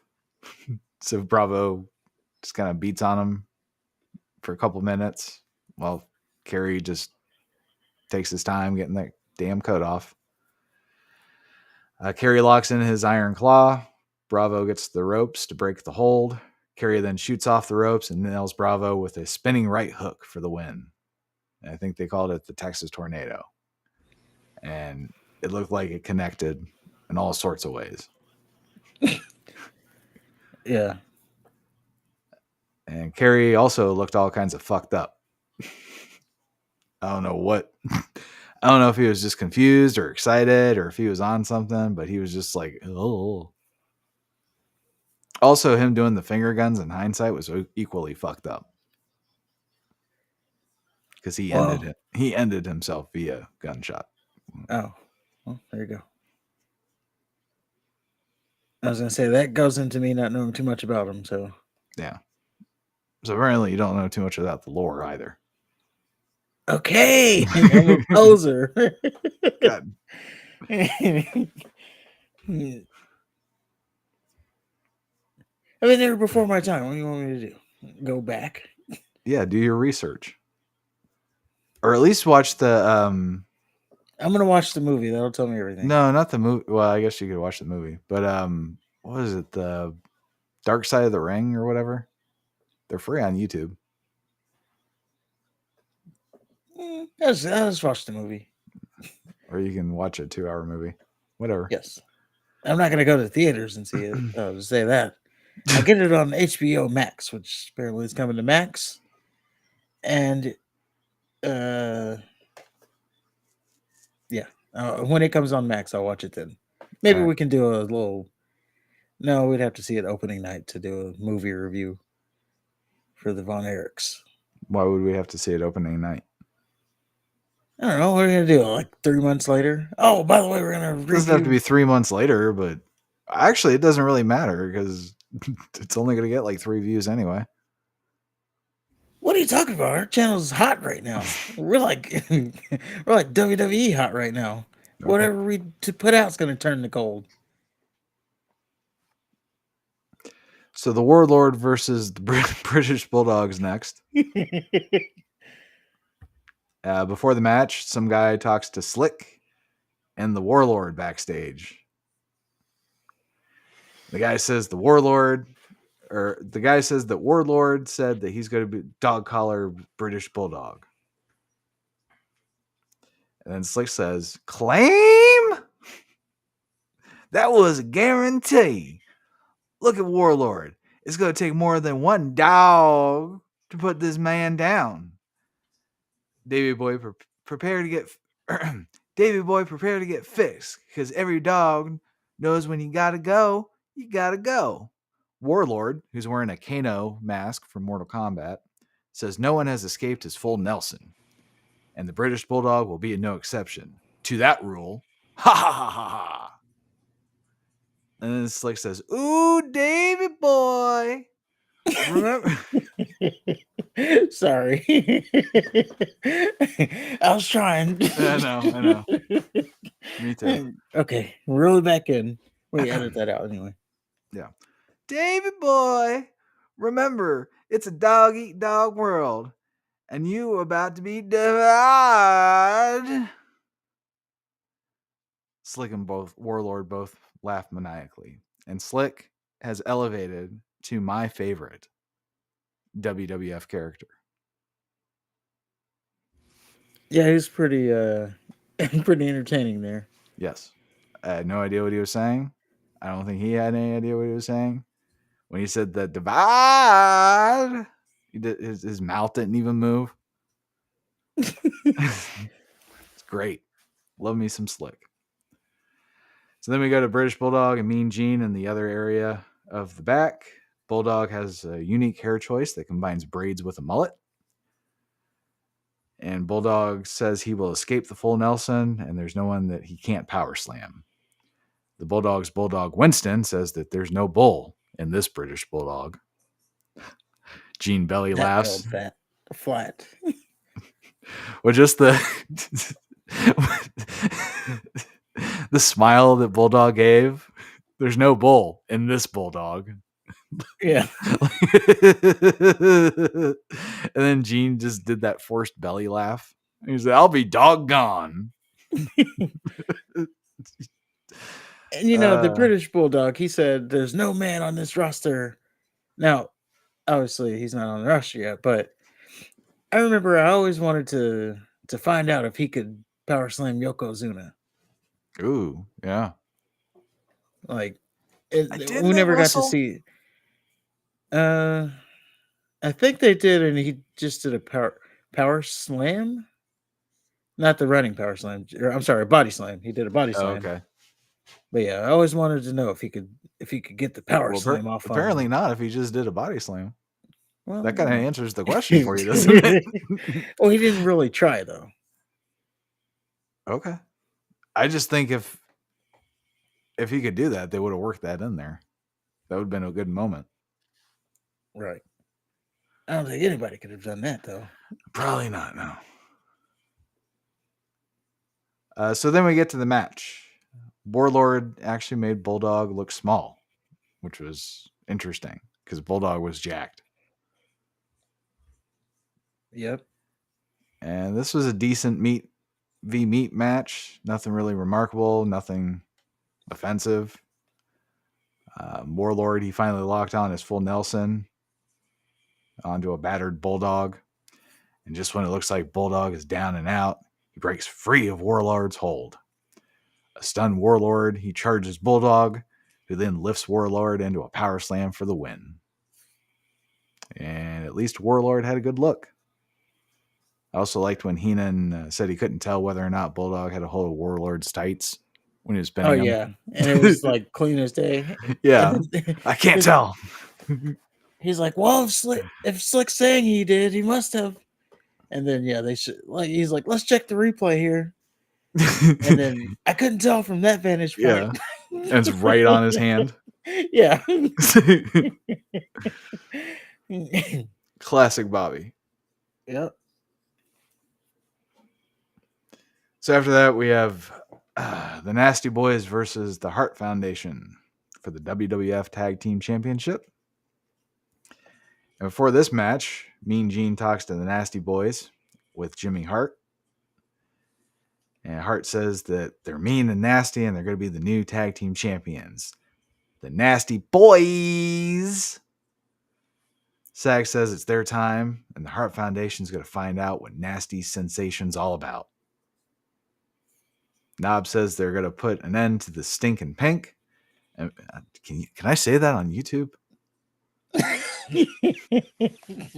Can he say it on Peacock?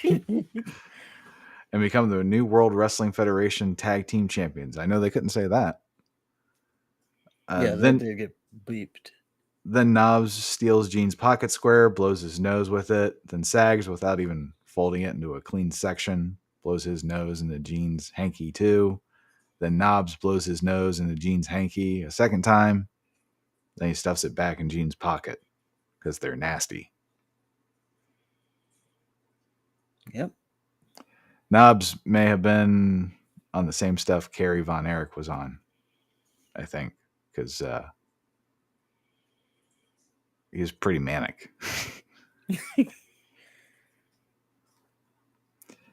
So after that, some guy talks to the Hart Foundation.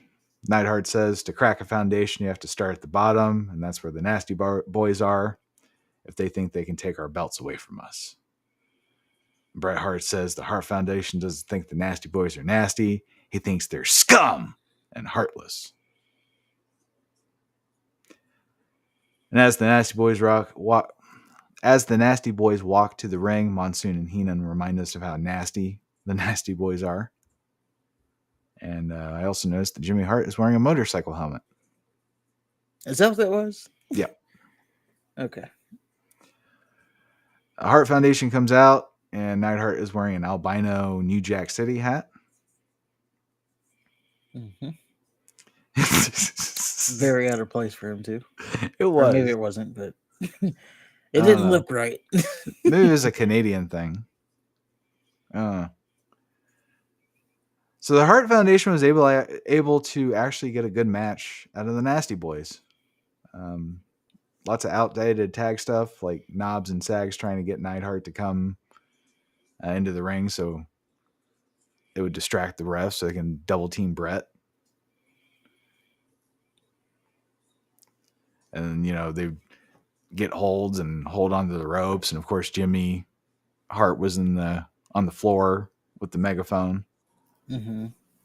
And they didn't do the fucking tables and the outside bullshit that the Nasty Boys usually do.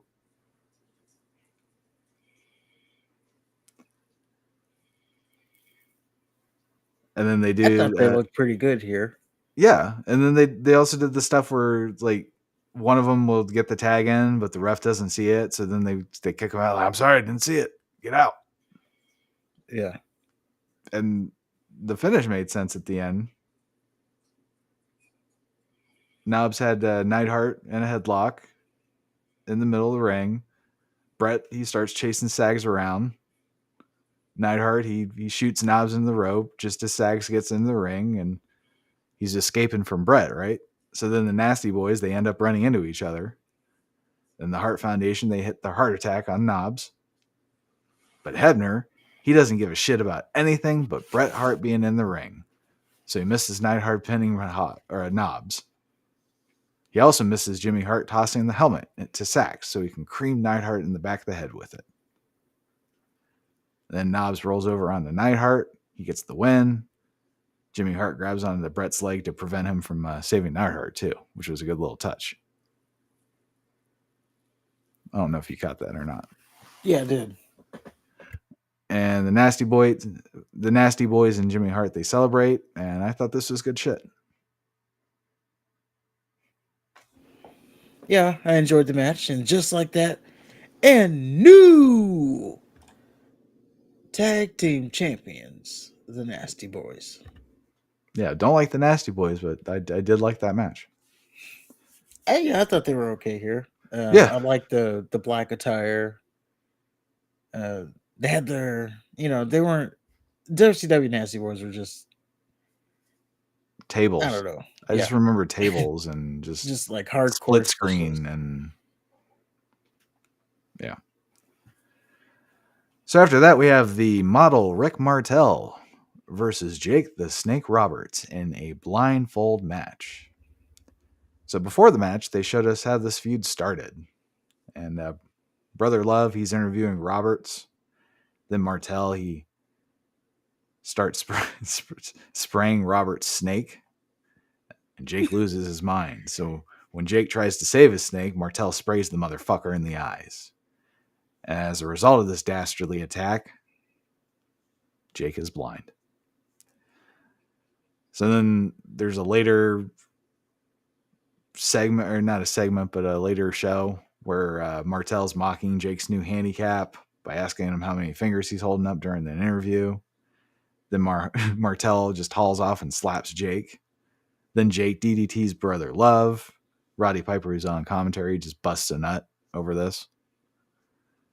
And then after the DDT, Jake has his blind man sunglasses, and they fall off, and it's revealed that Jay's eyes.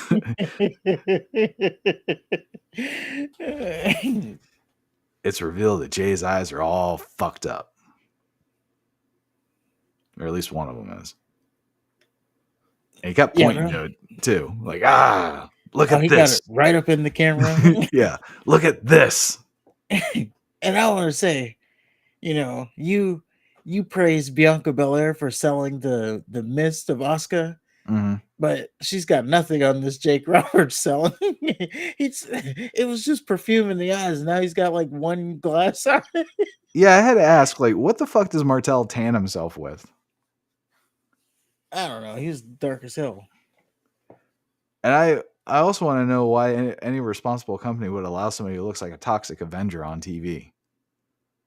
Like, I'm sorry, Jake, I can't let you in all consciousness go out there. It's not for us. It's for you. It's for your own protection. I mean, look at your eye, man. Yeah. But yeah, that was quite the. And I actually remember back when that happened, Mm-hmm. and I remember like, oh man, it helped sell that perfume, or cologne, whatever it is. Yeah, it was kind of crazy. Yeah, it sold it Like so well. acid. It's like, yeah, you definitely don't want to get sprayed by that shit. But then it's like, well, what the fuck? Why is Martel? I don't know. So then it shows Roberts still blind interfering with a match between Martel and Ortiz. Somehow Jake found his way to the ring. Like, maybe there was context. Maybe he was sitting outside on ringside, but just watching it how I watched it, I envisioned this blind man going from the locker room, or driving from his house, stumbling from the parking lot through the ticket area, arguing with security. I'm Jake Roberts. Look at my eye. And then finding his way all the way to the ring just so he can attack the wrong guy. It was a valiant effort, though. It's just, all that was on his mind was revenge. Yeah.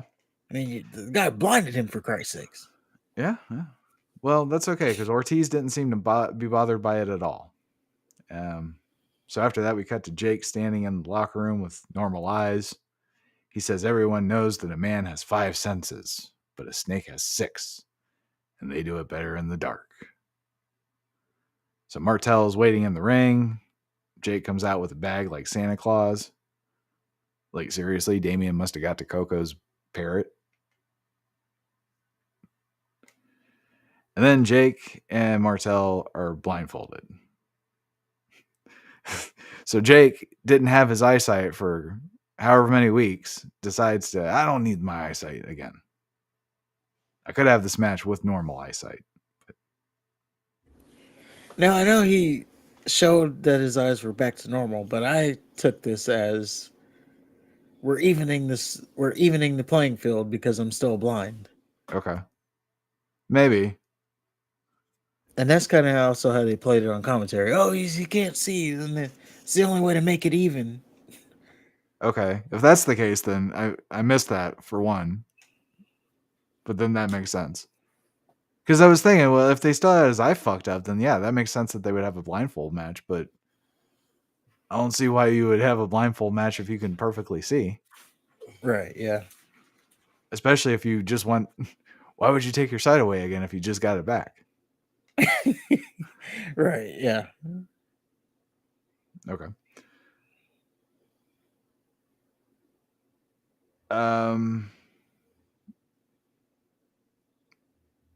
Where the fuck was I? Oh, Martel's waiting in the ring. Jake comes out. And I said he came out with the bag. Yeah, so this match starts. And it's 8 minutes of 2 wrestlers with bags over their heads just stumbling around the ring with their arms just outstretched. Jake even uses the crowd to locate Martel, which never worked. And they started out. Yeah. Well, he'd move, but then Jake would like go the complete opposite direction of where they yayed. And yeah, then I didn't know how dark those bags were, because they I was could like, see. are they playing this that well? Because then they're doing too much. If No, they could see. They're really doing the blind thing. But yeah, there were some moments that you could tell that they could see. Especially when Martel grabbed that chair. He got out, grabbed that chair perfectly, and then oh now I can't see. Let me just poke around. And then he got in the ring perfectly. Yeah, and then there was also moments where like Martel, at the very beginning, he tried to do the back body drop, and he whips him into the ropes, and then Jake runs past him as So he's he bent sidestepped over. him. Yeah, Yeah, that was and cool. he's bent over, and yeah, and they're like, "Well, what was the plan there?"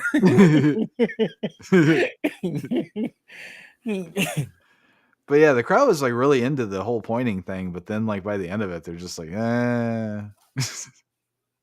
Yeah, they were just like cheering as he got close. Like, just...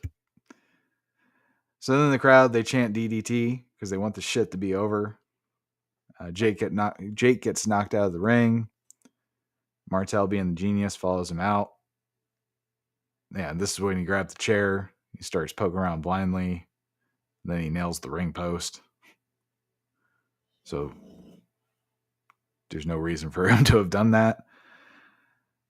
Martel somehow gets Jake in a Boston Crab. Jake uses the ref as leverage to push Martel out of the hold. Jake hits a DDT for the win. And then Jake breaks Martel's sprayer and wraps his snake around Martel. Yep, got to get that snake play in there. Yep. So then they cut to Marla Maples in the wrestling locker room. The Nasty Boys, Jimmy Hart, Earthquake, the Mountie, and Dino Bravo are all cheering, pouring alcohol over each other with a Marla Maples who is wearing a nice, skimpy dress. Things did not end well for her. Jimmy Snuka versus The Undertaker. Holy fuck, The Undertaker was amazing. Huge, fast, athletic. The punches that Snuka landed, like he would turn like Jason. Yep. And Taker made short work of Snuka. One hell of a match. Only blemish was when Taker caught Snuka within the crossbody. Supposed to turn into a tombstone, but it looked like he lost his hold. So he had to just do it a different way. Still a good match.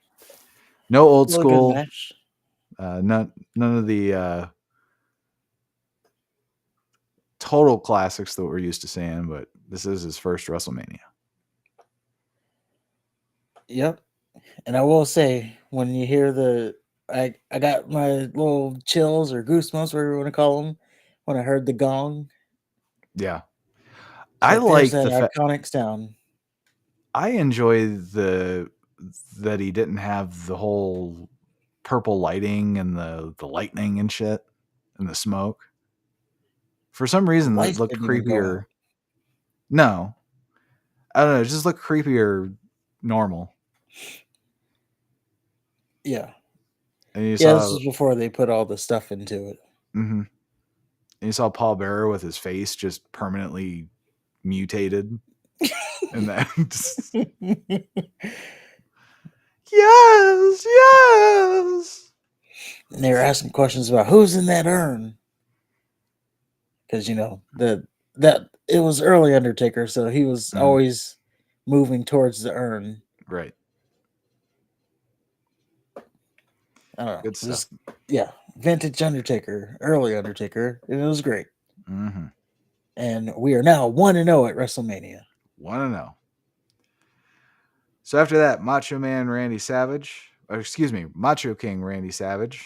with Queen Sherry faced the Ultimate Warrior in a loser retires match. So Savage wants the title that he lost at WrestleMania 5, so he assaults Warrior with his scepter because Warrior had the title. Then Sherry offers Warrior a blowjob in exchange for the title shot for Macho Man. Warrior spits, shakes his face violently, just his face, and then he says, "No!" in Sherry's face as she cries out in despair. And the camera shot on him shaking like that was just beautiful. I just don't get how that was the only part of him that was moving. It's weird. I know, and he was like really convulsing there too. Uh-huh. I gotta say, Warrior just he put a lot into it. He may not have given a shit about wrestling, but from what I've seen, he's putting an effort. The small sample size that we have, I guess. Right, yeah. So later, Savage cost Warrior the title against Slaughter, which I don't know how that fits into his plan of getting the title back, but that's what he does. It's because Warrior wouldn't give him a title shot, so then now you can't have the title then. Okay. Savage attacks Warrior with a camera light and a scepter, allowing Slaughter to secure the pin, which I thought it was kind of funny. Savage using the camera light. Like, man, it's just wrestling, dude. So naturally, Warrior wants Savage's ass, and both men have their careers on the line. And we find out Elizabeth is watching in the stands. Warrior actually walks to the ring, not something that I'm used to seeing. And he also had his knee pads with his and Savage's face on them. Sherry gets in the ring, and good job, Sherry. Just for being there. Good job. Warrior throws Savage into her. Sherry rolls out of the ring, and then Warrior just looks at her with disgust. Like, how dare you get hurt? Having a man being thrown into you. Warrior catches Savage out of a diving crossbody and then just sets him down and proceeds to slap the taste out of his mouth, which I thought was fucking awesome.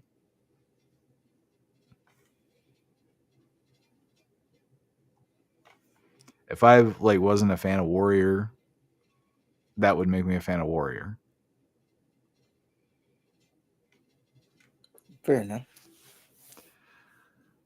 Sherry was all over Warrior outside the ring. And he goes for a splash and misses Savage. And he slams his head in the mat for 2. Sherry distracts the ref as Warrior gets Savage into a small package. The ref finally sees it. Savage kicks out. And as the Warrior is yelling at the ref, Savage slams Warrior into the ref and knocks him out. And Savage grabs Warrior and tells Sherry to nail him with her shoe. Sherry misses Warrior, hits Savage. Warrior tries to chase down Sherry. Then he almost gets pinned by Savage with a schoolboy. And then finally, Savage hits his elbow. And then he hits another one. And then he hits another one. Savage hits the Ultimate Warrior with 5 flying elbows. Consecutively. And Warrior kicks out of all of that shit. And to Warrior's credit, he didn't just stand up and stop selling it. In fact, I'm not sure the people who say he's a bad wrestler now know what they're saying, because he was crawling around and I don't know. It looked like he was in pain to me.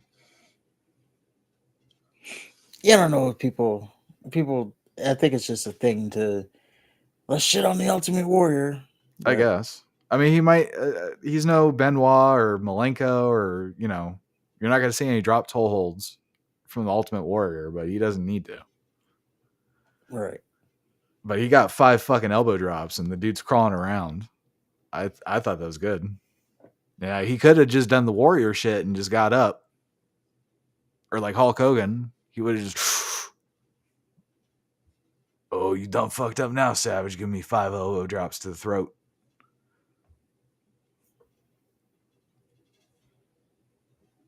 Well, he had to get to the ropes, which is what he did. Because the ropes is where he draws his power from. But he did get to the So ropes. he kicked out and he just slowly started crawling towards the rope so he can get his power. So Warrior, he got to the ropes, he got his power back, and he finally hits his gorilla press slam and a splash to Savage. But then Savage kicks out. And this confuses the fuck out of Warrior. He starts questioning his warriors. He's asking if his time's ended. He's like, what do I have to do? What's it going to take? Warrior starts to leave the ring while Hebner is like, dude, you just kicked out at one pin. It's going to be okay. And finally, the Warrior finds his powers again and nails Savage with 3 running shoulder tackles. And then he puts his foot on Savage and secures the victory. Warrior celebrates over Savage as Sherry cries outside the ring. So then after the match, Sherry tosses Hebner out of the ring and she starts yelling at Savage and berating him. Then she starts kicking the shit out of him. Like she's slamming his head on the mat and kicking him, and it's actually kind of brutal. It's hard to watch. Yeah, she's really giving him a number. So then out of nowhere, Miss Elizabeth jumps over the rail, hits the ring, and dumps Sherry's ass over the out of the ring. Elizabeth tends to Savage, who finally realizes that she's there, and he's beside himself. And Elizabeth is all in tears. And after a long pause and second guessing by Savage, they finally look at each other in the eyes, and they embrace the way that only 2 lovers can really embrace. Savage puts his Elizabeth on his shoulders, and the greatest love story in wrestling history has its happy ending.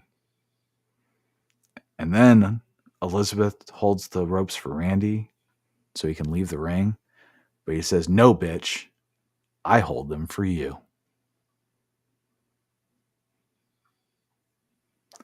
Speaking of which, during the match, did you catch the Ultimate Warrior when he was chasing down Sherry? He said, "Come here, bitch." Like he was doing the finger wave. He was like, "Come here, bitch." Yeah.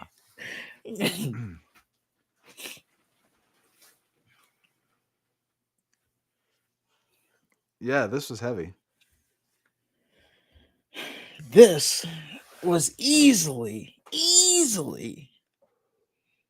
at least for me. Now there were only 7 WrestleManias in, but this match is the top of the WrestleMania list for me. Easy. This match. This match. Okay. Everything about this match was just. This was art. This was cinema. Whatever you want to call it. Like if you didn't feel anything in this match, then you might not be a wrestling fan. Everything about this match was spot on and perfect. The Elizabeth stuff got me off guard. I remember I'm writing my notes, and then I'm like, why is it so hard to see? Why can't I fucking see the screen? Sitting there, love. Yeah. Person walks in. What are you doing? This is the onions. I was cutting onions earlier. Macho Man Randy Savage and Miss Elizabeth are back together. He just lost to the Ultimate Warrior. Green Sherry was beating him up. And Miss Elizabeth threw her out of the ring. Yeah, it caught me off guard. I wasn't expecting that. I knew that this moment happened. I didn't know when it happened. So when it happened, it got me good. Yeah, and this aged well. The match itself, I really wish he didn't do 5 elbow drops. Funny thing is, I've been searching for this match for so long because I do remember there was a match where Macho Man dropped the consecutive elbow drops and the Warrior kicked out.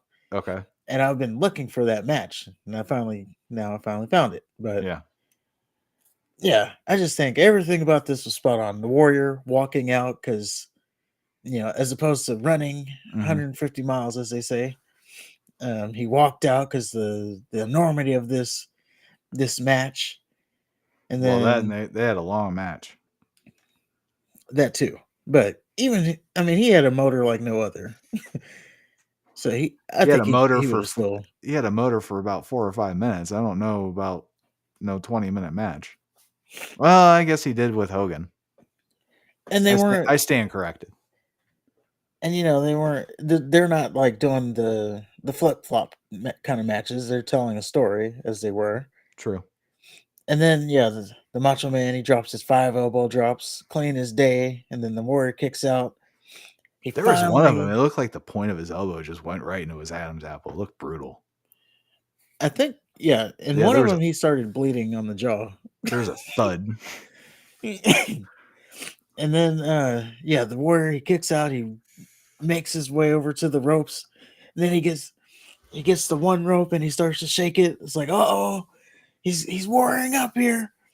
And then he gets the other rope, and then he's goes to the second rope, now he's at the top, and he's shaking the ropes. Now there was a point, right? So he does his thing, hits his finisher, Macho Man kicks out, and now he's looking. Now, the reason, and they had mentioned it on commentary, no one has ever kicked out of his finisher. Right. So the fact that the Macho Man kicked out, maybe the gods were telling him that it's over for him. And he's looking at his hands. What do you want me to do? And then he starts to leave the ring. Now, that's the point right there. He starts to leave the ring. And if Macho Man didn't attack him, he would have just walked off. Right. Right? But if you think about it, the Macho Man, he had just taken the finisher. So he didn't see all of that. The Warrior looking at his hands leaving the ring. When he came to, the Warrior was outside of the ring. So it makes sense that he attacked him because he didn't know that the Warrior was leaving. Right. And then now I do, if I were to nitpick a little bit on the match, also the flying shoulder tackles, they did take a little bit long because Macho Man fell out of the ring after each one. He sure did. He flew out of the ring.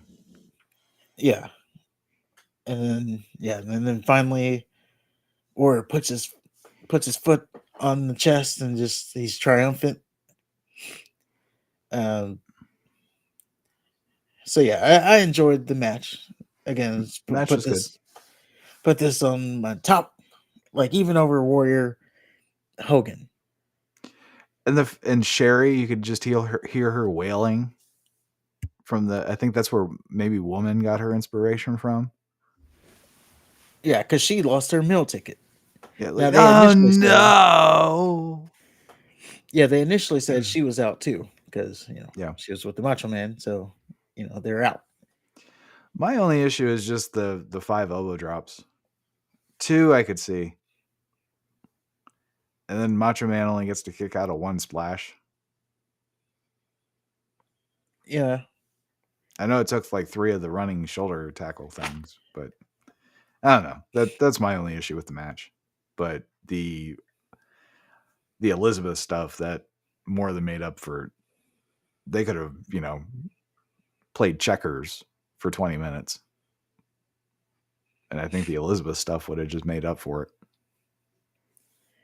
Yeah, and then even that, she saves Macho Man, and then she's trying to console him, and he's still like, "Get away from me, bitch!" Yeah, he's still fighting because he doesn't know what the hell's happening. Then he finally finally sees her, and he's like, "What the fuck?" Yeah, and he's beside himself, and then they just hug, and she's crying, and oh my god, it was good. And then they cut to fans crying, and then that kid, it was a dude, but but then the women, they were crying too. Totally backtracked on what I initially was going to say about that. Fair enough. But yeah, and it was good. And then everybody's crying, and it's like, God, this is like. And then even Gorilla Monsoon is like, the biggest moment in WrestleMania history, and we're witnessing it right now. And just everything about it was just spot on. That's why it's my top right now. Yeah. Okay. That can change. That I mean, I know what match is my favorite of all time. I'm not going to spoil it, but I don't know. It's gonna be hard to beat Hillbilly Jim and King Kong Bundy for me. fair enough. All right, buckle up. Regis talks to The Undertaker and Paul Bearer. Regis tells bad jokes. Taker measures Philbin for a coffin. Bearer nods silently. Then Alex Trebek, he interviews Demolition. This is Smash and Crash with Master Fuji. Trebek says some shit using Jeopardy skills in the WWF. Oh, wait. Trebek says some shit about using Jeopardy skills in the WWF. Smash says only Fuji has the answers. Crush says Fuji knows all about pain and torture and suffering. Fuji says their Jap opponents will know all about those things. And then Regis talks to Tenryu and Katao. They don't understand his questions. Regis asks them if they don't speak English and Spanish. And then Regis says car names, and then they react to that. Yes. And then they finally say, what they start saying? Kelly, the other one. Oh, yeah. Well, who Regis is a talk show Kathy guy, Lee. right? Yeah, Regis and Kathy Lee. He also did the $1 million Who Wants to Be a Millionaire. Okay, but his big thing was the talk show. I was trying to think. Well, Was it he? depends on, I guess, our generation. His big thing would be Regis and Kathy Lee. Some people might know him from Who Wants to Be a Millionaire. Okay, I was just trying to remember what was his thing. Yeah. Talk. He was allegedly funny. Well, they were just like the first bigger talk show or mainstream, and now they got I don't know Michael Strahan doing it. Oh, I thought he went to CNN or something. That might be right. That's just the last time I saw it. Oh, okay. So after Regis, Trebek fucking talks to Jake the Snake Roberts. Trebek is afraid of the snake. The snake wants to be a contestant on Jeopardy. Trebek runs away. After that, Demolition with Master Fuji face Tenryu and Katao. Tenryu hits a powerbomb on Smash for the win. I was pretty amazed that they let two Japanese dudes go over on Demolition, especially since they were unknown Japanese dudes. Boy, were they unknown, but I think it had to do with it being Crush and not Axe. I don't know what happened there, but clearly they just tried to replace the character. Well, it also had to do with they were kind of doing a thing with the Super World of Sports. It was a Japanese promotion. See, Tenryu, he was an All Japan Pro Wrestling star, and Katao, he was an All Japan Pro Wrestling wrestler, and they were in the I think it's Super World of Sports or some shit. But Katao is most notable for a match that turned into a shoot with Earthquake. And he broke kayfabe by refusing to sell Earthquake's attacks. And he openly stalled the match. He legitimately tried to gouge Earthquake's eyes out. And then after being shouted at by Earthquake, Katao kicked the referee and was disqualified. Then afterwards, he picked up the microphone. He announced that wrestling was fake and Earthquake could never really beat him. And Japanese wrestlers tried to restrain him, but he was still talking shit. Katao was obviously fired, and so was the booker. So he's pretty infamous. And they were on the same show again. This was after, I think. Oh, okay. But I sent you that Earthquake Katao match. I don't know if you saw it. Probably not. Okay, that no, I didn't see it, but I saw I started it and then I was like, why am I why am I watching this? And then yeah, something came up and then I stopped watching it, so I never got to go back to it. Yeah, all good. Like I knew you sent it to me for a reason, but I was trying to figure it out, and then yeah, and then I didn't get to finish watching it. But yeah, the Japanese guys won. So after that, Big Boss Man with Bobby the Brain Heenan faced Mr. Perfect for the Intercontinental Championship. And before the match, Mean Gene talked to Boss Man.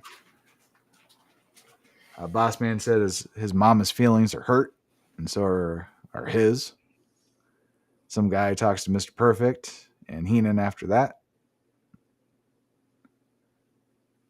And Perfect says that he's cool as a cat and he has all the tools to be champion.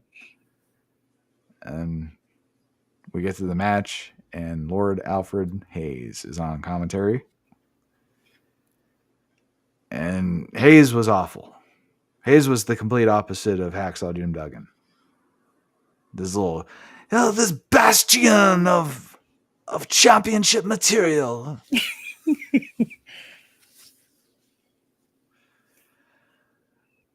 Perfect tosses his towel at Boss Man. Boss Man wipes his ass with it, tosses it at Perfect's face. Perfect wipes his crotch with it. At least I assume so. It's kind of cut off. And he tosses it back at Boss Man. Boss Man spits on Perfect. Perfect slaps Boss Man. Boss Man proceeds to whoop Perfect's ass. Boss Man whips Perfect with his belt in front of the ref. Boss Man counters the Perfect Putz with a small package for a 2 count. Perfect throws Boss Man face first into the ring steps. Then Heenan starts kicking him. Then out of nowhere, Andre the Giant shows up. And he stares Heenan down. And Perfect exposes the turnbuckle. Andre grabs Perfect's belt. And he starts just going after Heenan. Perfect then tries to grab the belt from Andre. And then Andre just casually clubs Perfect in the head with it. Haku and the Barbarian, they attack Boss Man for the DQ. And then Andre decks Perfect outside the ring. Haku and Barbarian, they go outside the ring so Andre, he can lay them out too.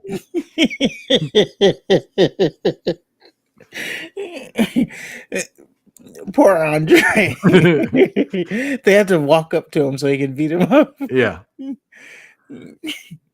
Boss Man's announced the winner, but Perfect's still the champion. Andre walks away. Boss Man stops him so they can raise each other's arms. And this is where we really get to say goodbye to Andre, because this is his final WrestleMania. And you could tell because he could barely move out there. He could barely make it to the ring. And then all his punches, he was holding on like for support. Yeah. Either the ring post or the ring apron. And yeah, Ming and the Barbarian had to come out towards him so he can he never got in the ring at all. Yeah, it was just. I just felt bad for him. I was like, why did they even send him out there? I know you want to get him on the card, so just have him out there and wave at the fans or something. I saw some videos with him walking with a cane. I don't know if it was around this time or not. But yeah, he was in bad shape.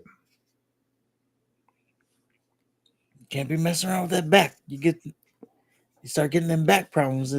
Pretty much downhill from there. Oh, it wasn't his back. It was his gigantism. Oh. He didn't see Big Show. He got it taken care of, but Andre never got his pituitary gland taken out. So he just kept growing and being a giant. Oh. Well, there you go. So after that, Mean Gene had a thing with Trump, Chuck Norris, Fonzie, and Lou Ferrigno. And I couldn't understand a goddamn word Lou said. And he had the most TV time. Go figure. Yeah, I didn't really know what he said either. And I had captions on. Still didn't know what he said. There you go. Next up is Earthquake versus Greg the Hammer Valentine. Valentine eventually gets Quake off his feet. And he goes for a figure 4. Jimmy Hurt distracts Valentine. Earthquake recovers. And then he wins with his little bonsai drop thing. And Valentine managed to roll out of the ring before Quake could hit him with the second one. Yes, now he's added the thing where he jumps around the three times.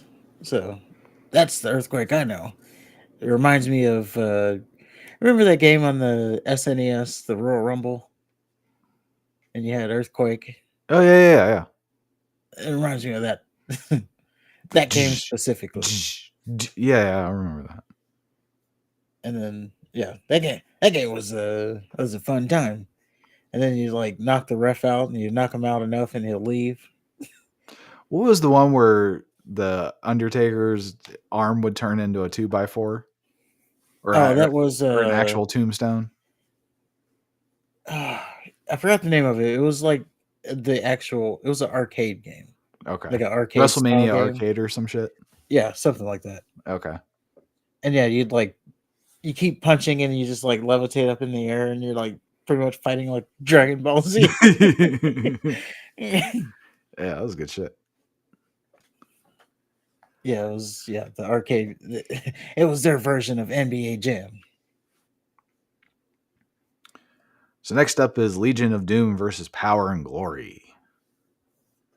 And before the match, some guy talked to Legion of Doom backstage. Animal said that they should have had the title shots tonight if it wasn't for Power and Glory, but now it's their ass.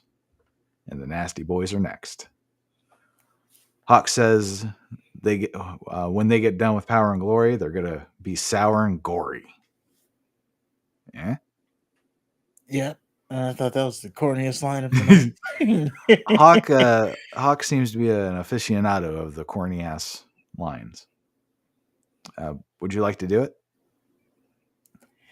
Oh, what a rush! So when the match starts, Power and Glory attack Legion of Doom when their backs are turned. Then Animal catches Roman in midair, hits a power slam. I don't think that's right. Yeah, Paul Roman. Paul Roma, maybe. I don't know. Doesn't matter. The Legion of Doom, they hit the Doomsday Device for the win. Thanks for coming. Pretty much. It was a quick match. Maybe like a 2-3 minute match. I think it was shorter than that. So after that was $1 Million Man versus Virgil. Roddy Piper made an appearance. And this match started because Virgil is tired of wiping shit off of Ted DiBiase's shoes, and he's tired of rubbing his toes. So one night, Ted makes Virgil kneel, and Virgil has had enough, and he clocks $1 Million Man with his $1 Million belt. Then they cut to Virgil becoming a thorn in DiBiase's side. Piper helps Virgil beat Haku, which pisses off Ted for some reason. And then Virgil costs DiBiase a match by getting him so pissed off that DiBiase screams at him until he gets counted out. And then this eventually leads to Virgil challenging the $1 Million Man at WrestleMania.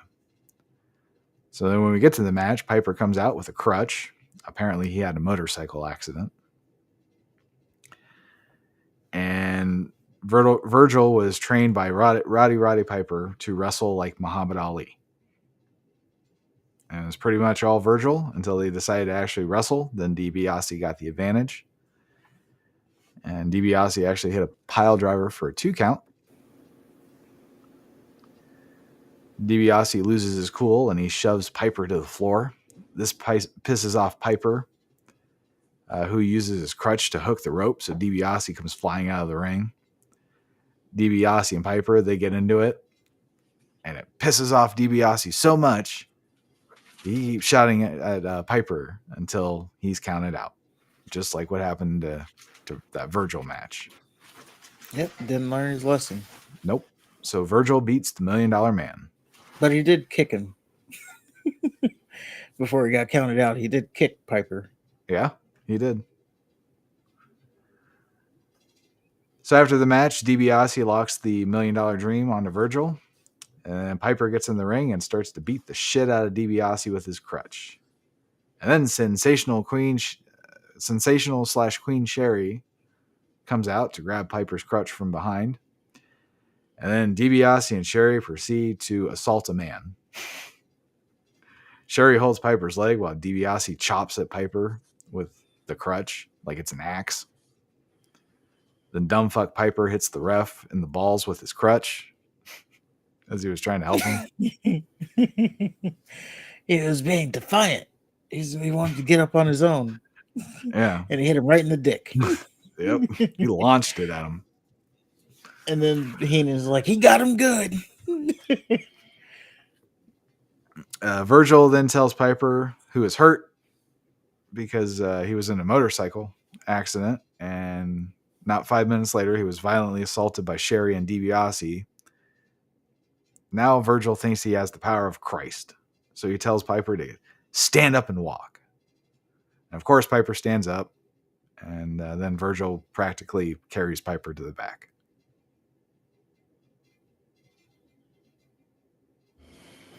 Yeah, I mean, a little bit weird on that match. Yeah. I think it would have been better had Piper not been there, because it was pretty much he was the focal point of the match. Right. DiBiase kept hitting him. Like the first time he just like pushed him over, and yeah. And then at the end, him trying to get up and Virgil getting a mic. It's like, get up. You can walk. It reminded me of like the Ricky Bobby. Yeah. Well, it reminded me of those like evangelist programs. Oh, yeah. You're healed, and they hit you in the forehead.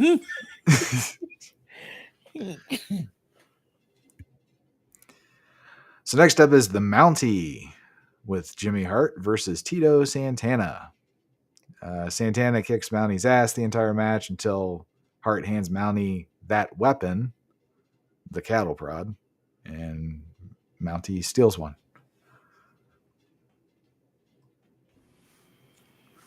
And this match was over pretty quick too. It was like, I don't know, a few minutes.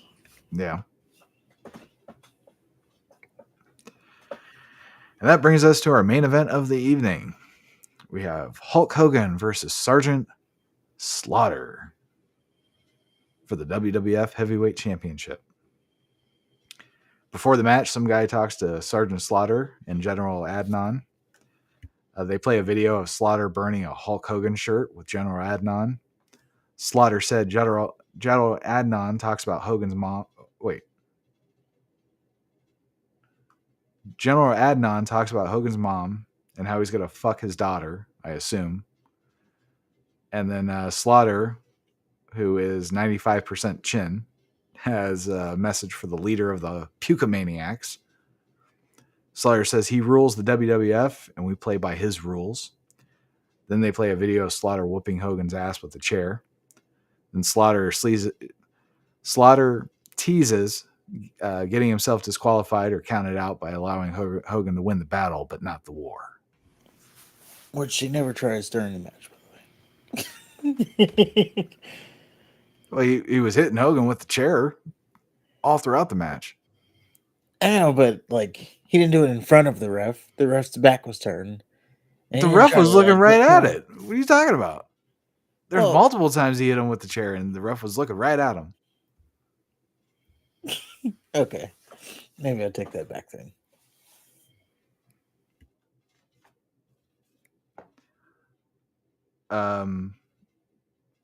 So Mean Gene, he talks to Hogan. Hogan says Slaughter might be laughing now, but after WrestleMania 7, Hogan's going to be the one that gets the last laugh. Hogan then says it was no laughing matter when Slaughter torched the Hogan banner, brother. You try to scorch the dreams of each and every one of my little Hulkamaniacs.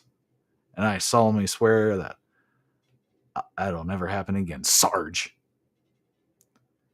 Hogan then says Slaughter has absolutely no idea what secret plan he has and he and his little Hulkamaniacs have in store for him. But I bet it's a couple forehead punches, a big boot, and a leg drop. That's just and a body slam. Then they play a video of Slaughter assaulting Hogan with the belt and a riding crop. And then he gets Hogan into a camel clutch. The officials were able to rescue Hogan by grabbing onto Slaughter's chin, his one weak point. Yeah, they put him in a camel clutch to get him out of the camel clutch.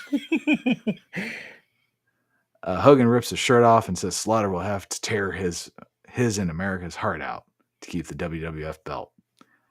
Then Hogan says, "Oh, say can you see by the dawn's early light, Sergeant Slaughter, that I'll be the new WWF champion, and you'll just be a victim of Twilight's last dreaming." And then he poses. Match starts. They bring out Regis Trebek and Marla Maples. That'll put butts in seats. Slaughter's the champion, so naturally he comes out chin first. And I like how he just came out with the ominous snare drums. Yeah, I couldn't remember his iconic music. I said, can't maybe either. that's it. But I also didn't remember him being a champion, like the champion. He was very, well, as you can see, very briefly. He was just a transition. Like, I don't know if they didn't want to do Hogan Warrior 2. I think that kind of fell apart or something. Like, Warrior wasn't cutting it. And Hogan, I think, politicked himself back into it. But I don't think they wanted to do Warrior Hogan 2. So they gave it to Slaughter so he could give it to Hogan. Okay. Something like that. Hogan gets a hell of a pop. So Hulkamania is still running wild at this point. Monsoon takes the time to lie to us and say that the attendance tonight is a WrestleMania record. Spoiler, wasn't even close, even at that time. Well, he kept saying something about it being the largest pay-per-view, which is different than the largest attendance, I guess. And I said, well, maybe they had, because that wasn't the first time he said it. He said it was pretty much all night. And I was like, okay, well, maybe they just started doing even then they would still have done like WrestleMania 1 through 6. They would have done pay-per-views. How else are you gonna watch it? Yeah. But yeah, it'd be something but yeah, it was different than attendance because it seemed like I'll have to go back and re-listen, but to me it seemed like he was talking about the attendance. Oh. Yeah, I kept hearing the pay-per-view buys thing. Because it stuck out to me that he wasn't. Yeah, because when he first said it, I was like, "Wait a minute," because you just told us a couple years ago that there's 100,000 people at the Sky Dome. Now you're trying to tell us that 20,000 people is more than 100,000. But then I heard it again. I was like, "Oh, pay-per-view buys, okay." Well, and they had to move because this was supposed to be at the Coliseum, I think. Yeah, and they had to move it because the attendance was so low. And yeah, they only said it was like 20,000 people there. So anyway, yeah, I guess that's not too important. Slaughter hits Hogan with a chair immediately. Ref looks right at it and does nothing. Later, Hogan blatantly shoves the ref. Hogan beats Slaughter like a government mule until Adnan helps Slaughter get the advantage. Slaughter then proceeds to assault Hogan with a chair and by strangling him with a microphone cord, neither of which results in a countout or disqualification. So Slaughter's plan is failing miserably. Slaughter gets Hogan into a Boston Crab for an unnecessary amount of time, and it was unnecessary because Hogan could have grabbed the ropes at any time. He didn't have to wait so long, but finally he just reached his arm out and finally grabbed him. Slaughter does a stomp to Hogan's kidney from the top rope. Adnan distracts the referee. And then Slaughter hits Hogan with another chair shot. and that makes him bleed. How many chair shots is that? I lost count. Yeah, it's quite a bit. There's a lot of chair shots, and Hebner's just watching it. I don't see anything wrong with this.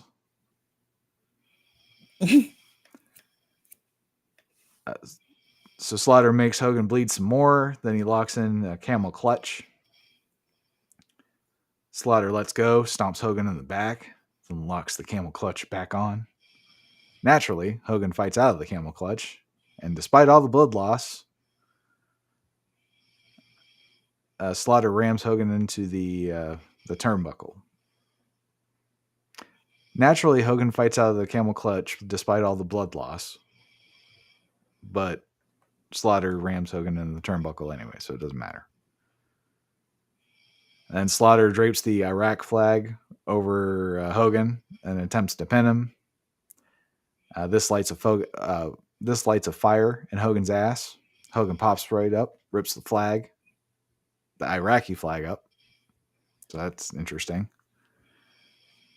And then Hogan starts to hulk up. Then Hogan does a couple forehead punches, a big boot, and then a leg drop for the win. And then Hogan becomes the 3-time winner of the WWF title. And unlike Flair, Hogan has not lost too much blood to celebrate. And he grabs an American flag and starts posing. And Monsoon declares that the war is officially over. Oh, and by the way, he also at one point wipes his forehead with the flag, the bloody forehead. By the way. Of course he did. So obviously this was the start of the streak. When Hogan was being interviewed after this match, Slaughter attacked Hogan, and this pushed their feud into SummerSlam. Savage became a commentator, and Elizabeth actually stuck around, and they got hitched at SummerSlam. It was dubbed the match made in heaven. I do remember that. Virgil and DiBiase feuded for a while. The Hart Foundation actually disbanded after this loss, and they went the singles route. Obviously, Hart was successful. Neidhart, not so successful, so he teamed with Owen to form the new foundation.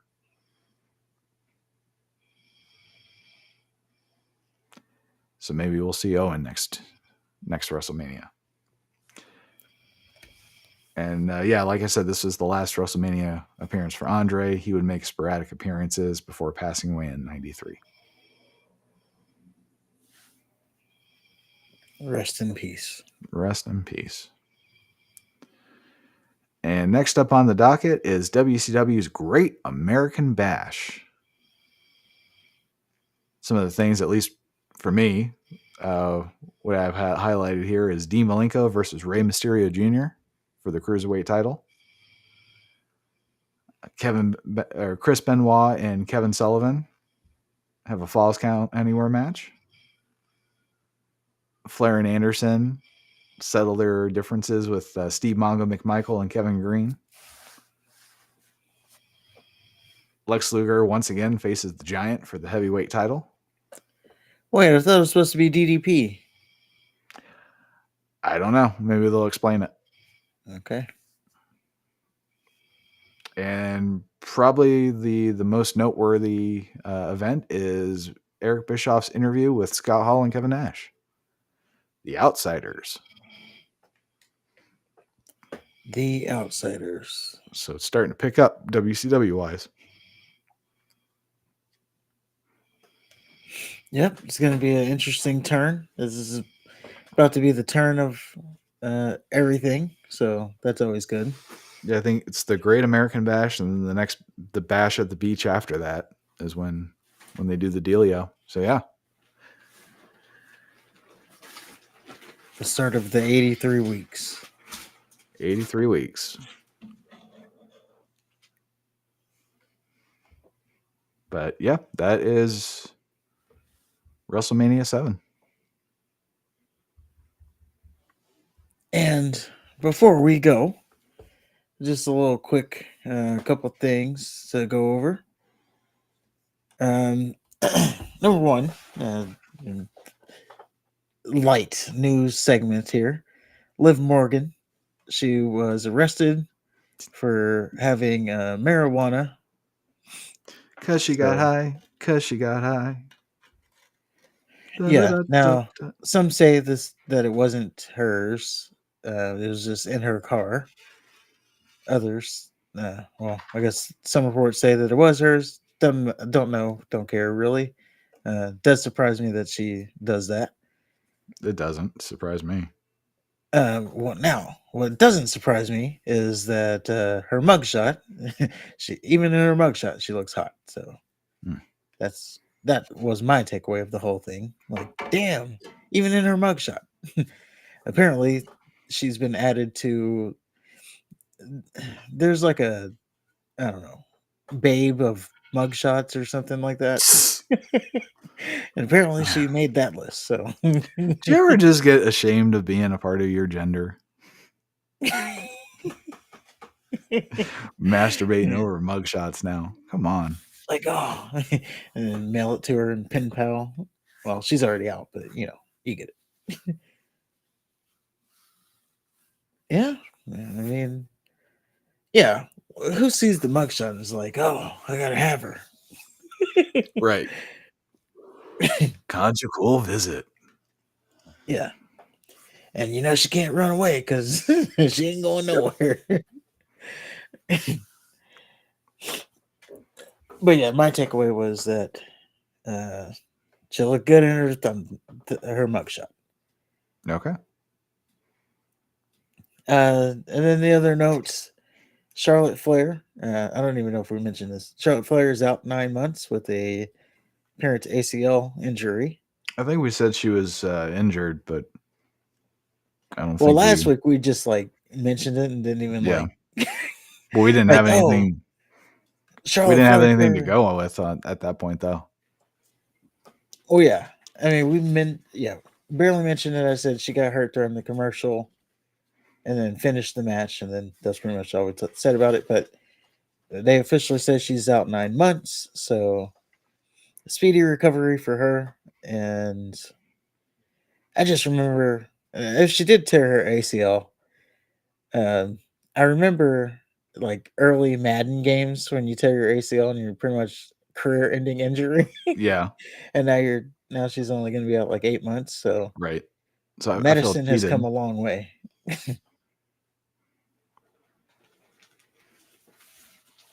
Yeah, I just think they figured stuff out now.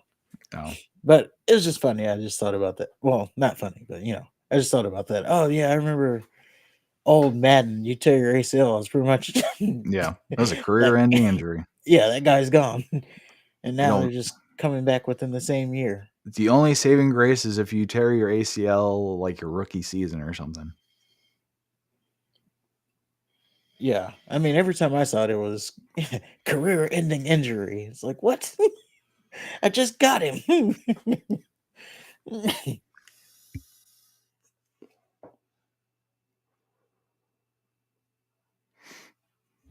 And then the other thing, if we could jump to the AEW side real quick, Omega, he announced on his Twitter that he is out indefinitely. I'm not even going to try to pronounce the thing that he has, but he has some kind of illness. And get hurt. Well, I don't know. This was some kind of thing. Yeah, about a year ago, he came back from injury, but this was some kind of illness that actually, or some kind of, it's an itis that that affects the intestines or something. But I always thought it'd be some immune deficiency syndrome that he would have got. Well, I don't know, but what I'm not is a doctor, so I'm not going to get too far into that. All I can just say, the most part of it is he is out indefinitely. So big loss for AEW, who's just taking L's after L's. Yeah. It's self-induced at this point. Yeah. It's, I mean, I want to see them bounce back.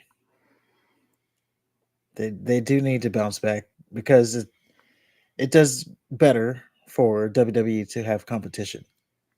And so if they're the only game in town that, like when they finally beat out WCW, like, and then it was just, well, I will say I did kind of enjoy like the early parts of that, like the ECW and the WCW talent invading WWF, WWE, WWF at the time. And then you realize that Sting and Goldberg and Hogan and Hall and Nash weren't going to be Yeah, there.